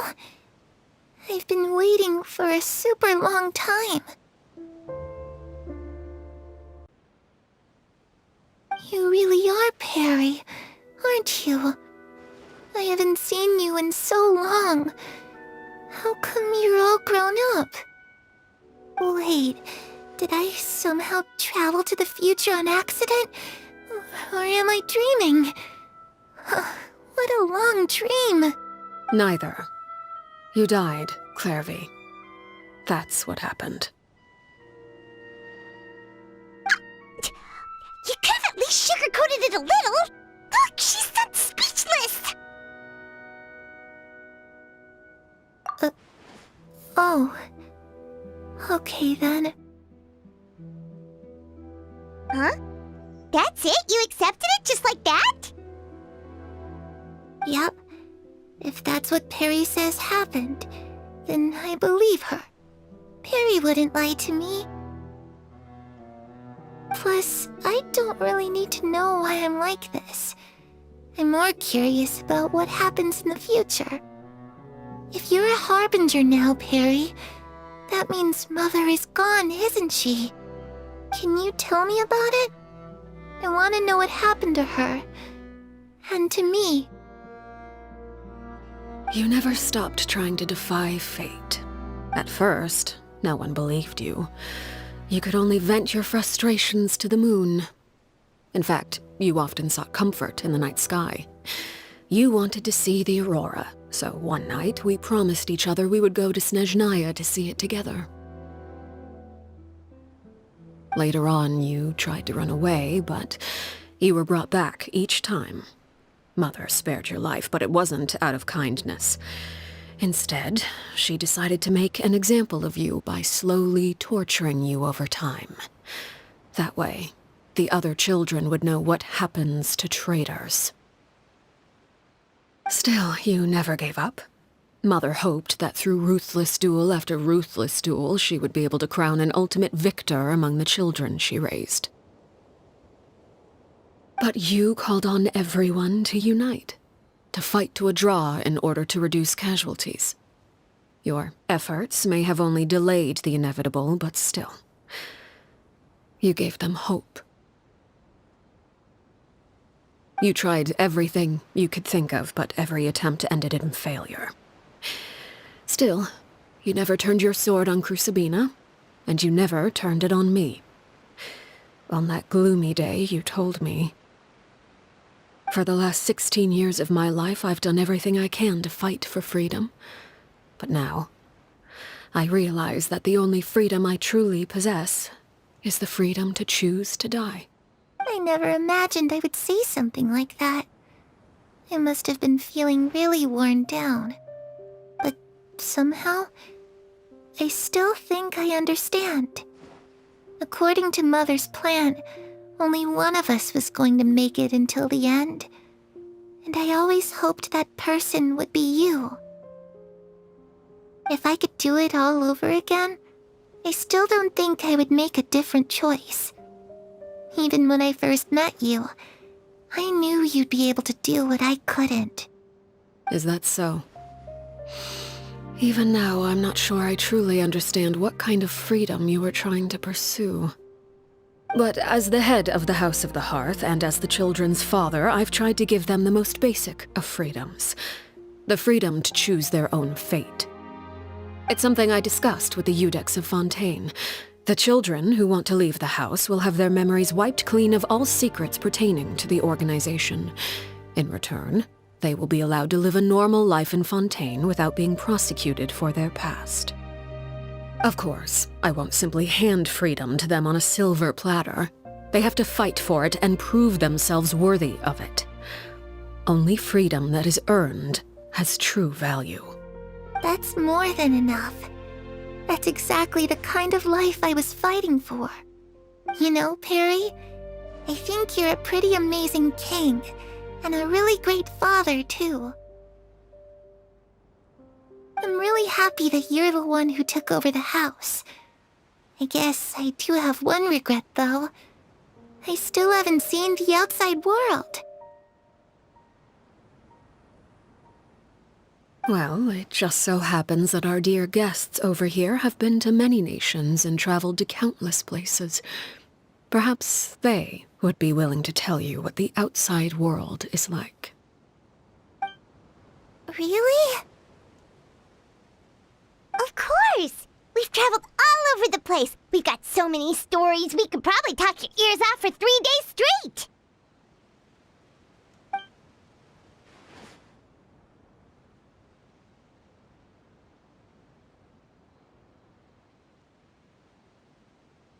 You know, I used to dream of being a bard. Playing the lute while singing into the winds of freedom. Even if there was no one there to listen, I would have continued to sing no matter what. Ah, that's where Mora comes from. I never knew that before. If I had some Mora, I would buy 3 new dresses. One for me, one for Perry, and one for Mother.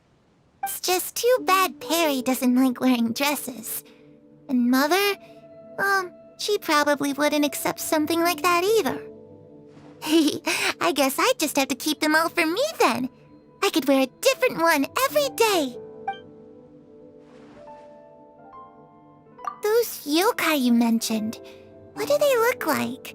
I once saw a drawing of this one guy with horns on his head and a super scary face. Are there any yokai like that? Oh, sounds like you're talking about an Oni.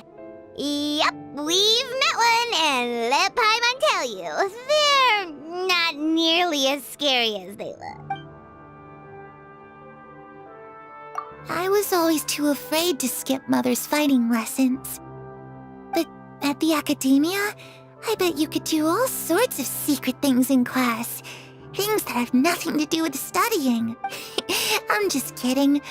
Being able to study whatever you want without having to fear for your life actually sounds pretty great.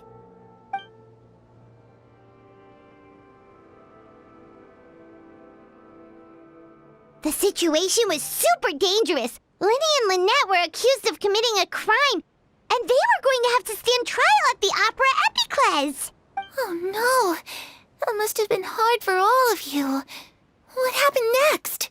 Don't worry, we were able to turn the situation around super quickly, all thanks to Detective Paimon, of course. How'd you do that? Come on, tell me. Okay, so it was like this. After the failed magic show, we rushed to the scene and...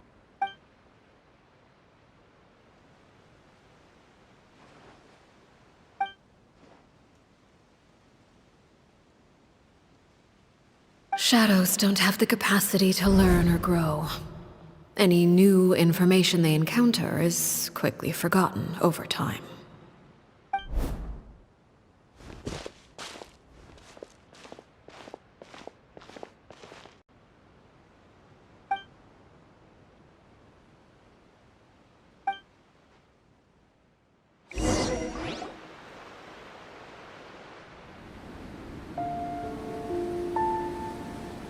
Clairvy, you've worked tirelessly from the shadows to overthrow the House of the Hearth. Now, by my authority as the Knave, I shall announce how this matter ends. You are hereby expelled from the House of the Hearth. You are no longer tied to this place, nor are you bound by its rules. You're saying that I can finally leave? I get to experience the outside world as well? Oh, I almost forgot. There's no getting older for me. Still, seeing who you grew up to be makes me really happy, Paraware. of yourself. Goodbye. May we meet again someday.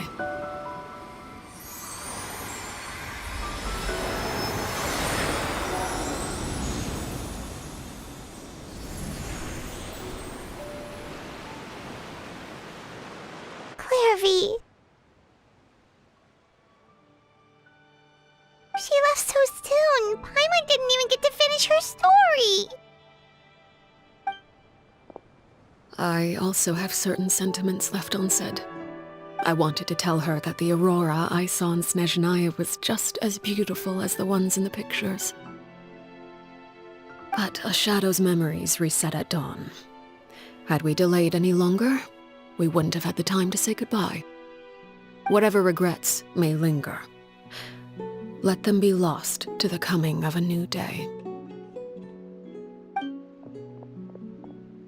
Father? It's Linny! Hey, Linny!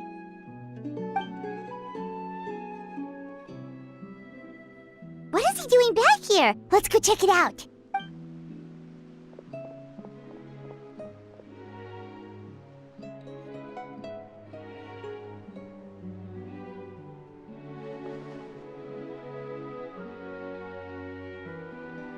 Father, the bottled flames have been administered.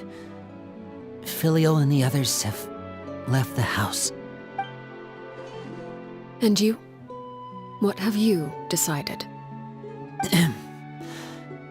Thank you for giving us that choice, Father. But we never wanted to leave the house. It's the only home we've ever known. Lynette and Fremine feel the same way. They're recuperating back at the Hotel Bouffe d'été. But I decided to come back and tell you where we stood. I'm sure you're well aware of the expectations I have for you. I want you to follow in my footsteps and become the next king of the house. Yet you seem to have different ideas. I must admit, I'm rather surprised by your decision to stay. There's nothing wrong with choosing to live a quiet life. Leading this organization is a heavy responsibility, one not so easily carried by someone forced onto the throne. I just never understood what you saw in me. What made you believe I was deserving of that throne?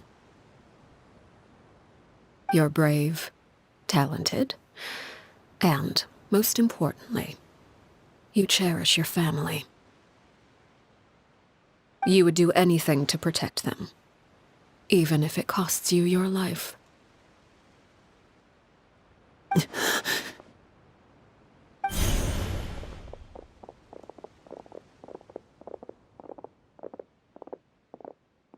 Speaking up back there was so brave of you, Linny. It's all thanks to you that we were able to convince Father to back down. You're a hero, Linny. Hero? Father is the real hero. Had Father gone all out during the duel, there's no way I would have walked away with my life. She must have had it all planned from the beginning, from the very moment she suggested a duel. I'm not deserving of that title. I'm not strong enough or smart enough. You're wrong. In my opinion, all you need to be deserving of the throne is conviction and the necessary strength to act on it. We may have different ideas of what it means to be a family, but you can hardly be said to lack conviction. What you truly lack is strength. For someone of your talent, though, that's something that will come with time. Even without that strength, you still chose to face me in a duel, even though the odds were stacked against you. That capacity to honor your convictions is what I truly see in you. Father. No one knows what the future holds, what tragedy or triumph may be in store. Being at the head of this organization requires the strength of will to face whatever comes. Caution will only hold you back. If reaching a certain standard were required to go after what you want, I would never have succeeded in killing my predecessor. Back then, there was still a considerable gap between our abilities. Strength may decide the ultimate victor, but those who let a lack of strength dictate their decisions or undermine their convictions will never be worthy of the throne. I understand, Father. Thank you. Children must grow up to surpass their parents. Only then can a family continue to flourish. The road ahead is not an easy one, so I'll ask you one last time. Are you certain you want to stay? You've done so much for me, Father, and that kindness must be repaid. Plus, with Project Stuja at hand, there are many dangers ahead, and I, for one, don't intend to back down. Protecting my family at all costs. That's my conviction. Then you're welcome to stay. As for Project Stuja, you need not be too concerned. If those cowardly businessmen and heartless dignitaries try to take us down, I'm prepared to teach them a lesson. Having members who longed for the light was our organization's last weakness. With those members no longer among our ranks, the House of the Hearth is like a spider hiding in the shadows. We need only wait for our prey to come to us. At present, our imperative is to use their plan to our advantage. In doing so, a crimson moon shall rise amid the frigid blizzards of winter. No demonstration of loyalty shall go unrewarded, and no sacrifice shall be in vain. As for the two of you, whether we meet again as friend or foe, I'll remember the camaraderie we shared in this moment. No matter how arduous the journey ahead, I hope we both reach our desired destination.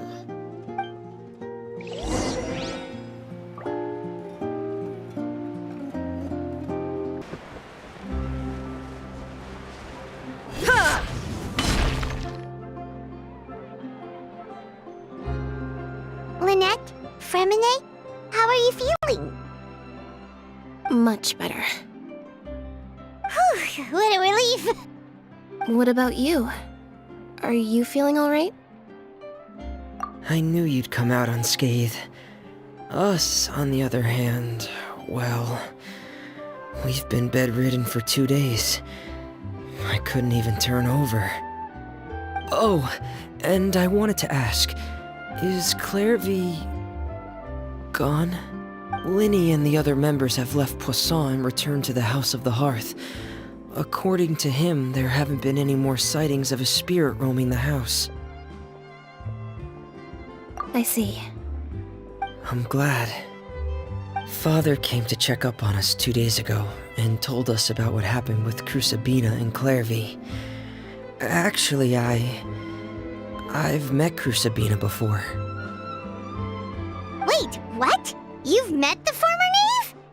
Crusabina died a year after Clairvy.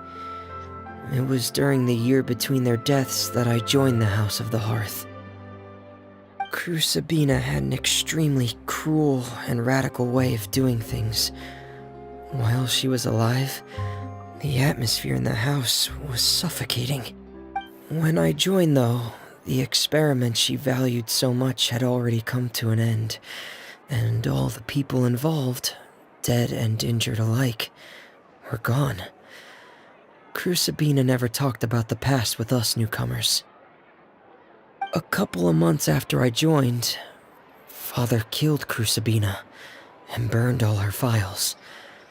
With that, the names of all the people subjected to her experiments, Clairvy included, were lost to the flames, along with the painful memories they represented.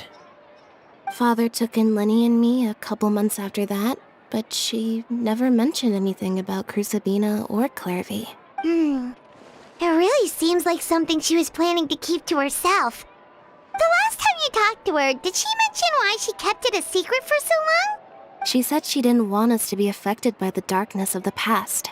She was worried we'd develop a false sense of gratitude towards her if we knew about it. The foundation of a family should be free of any corrupting influence. Whatever happened in the past, it has nothing to do with who we are now. And that's what Father told us in the end. But I still thanked her for everything. It was only after hearing about what Crucibina did that I finally realized how insignificant our lives could have been. The members of the house meant nothing to her. To say that she valued them in any way, even just as a tool, would probably be giving her too much credit. If Father hadn't taken over the House of the Hearth, I probably would have already... Father rarely brings up the fact that she saved us. She doesn't believe that being indebted to her should be what ties us together. But even if we didn't owe her anything, we would still choose to stay. Because this is our home. We may have arguments or times when we feel wronged. Some people may even choose to leave. But as long as Father is here, we will always have a home. Whether the path before us is bathed in sunlight or shrouded in shadow, we'll follow Father wherever she chooses to go. So I wanted to say thank you for helping us make it through this crisis. Without your help, we could have lost a lot more along the way. Oh, we didn't do anything, really. Of course. You're welcome anytime. Are Filial and Nantoy okay? I actually saw them at a cafe this morning. They didn't recognize me. From what I could tell, they were drinking coffee and talking about one of the operas that started running recently. They seemed happy. If I had to take a guess, I would say they finally found the kind of life they always wished for.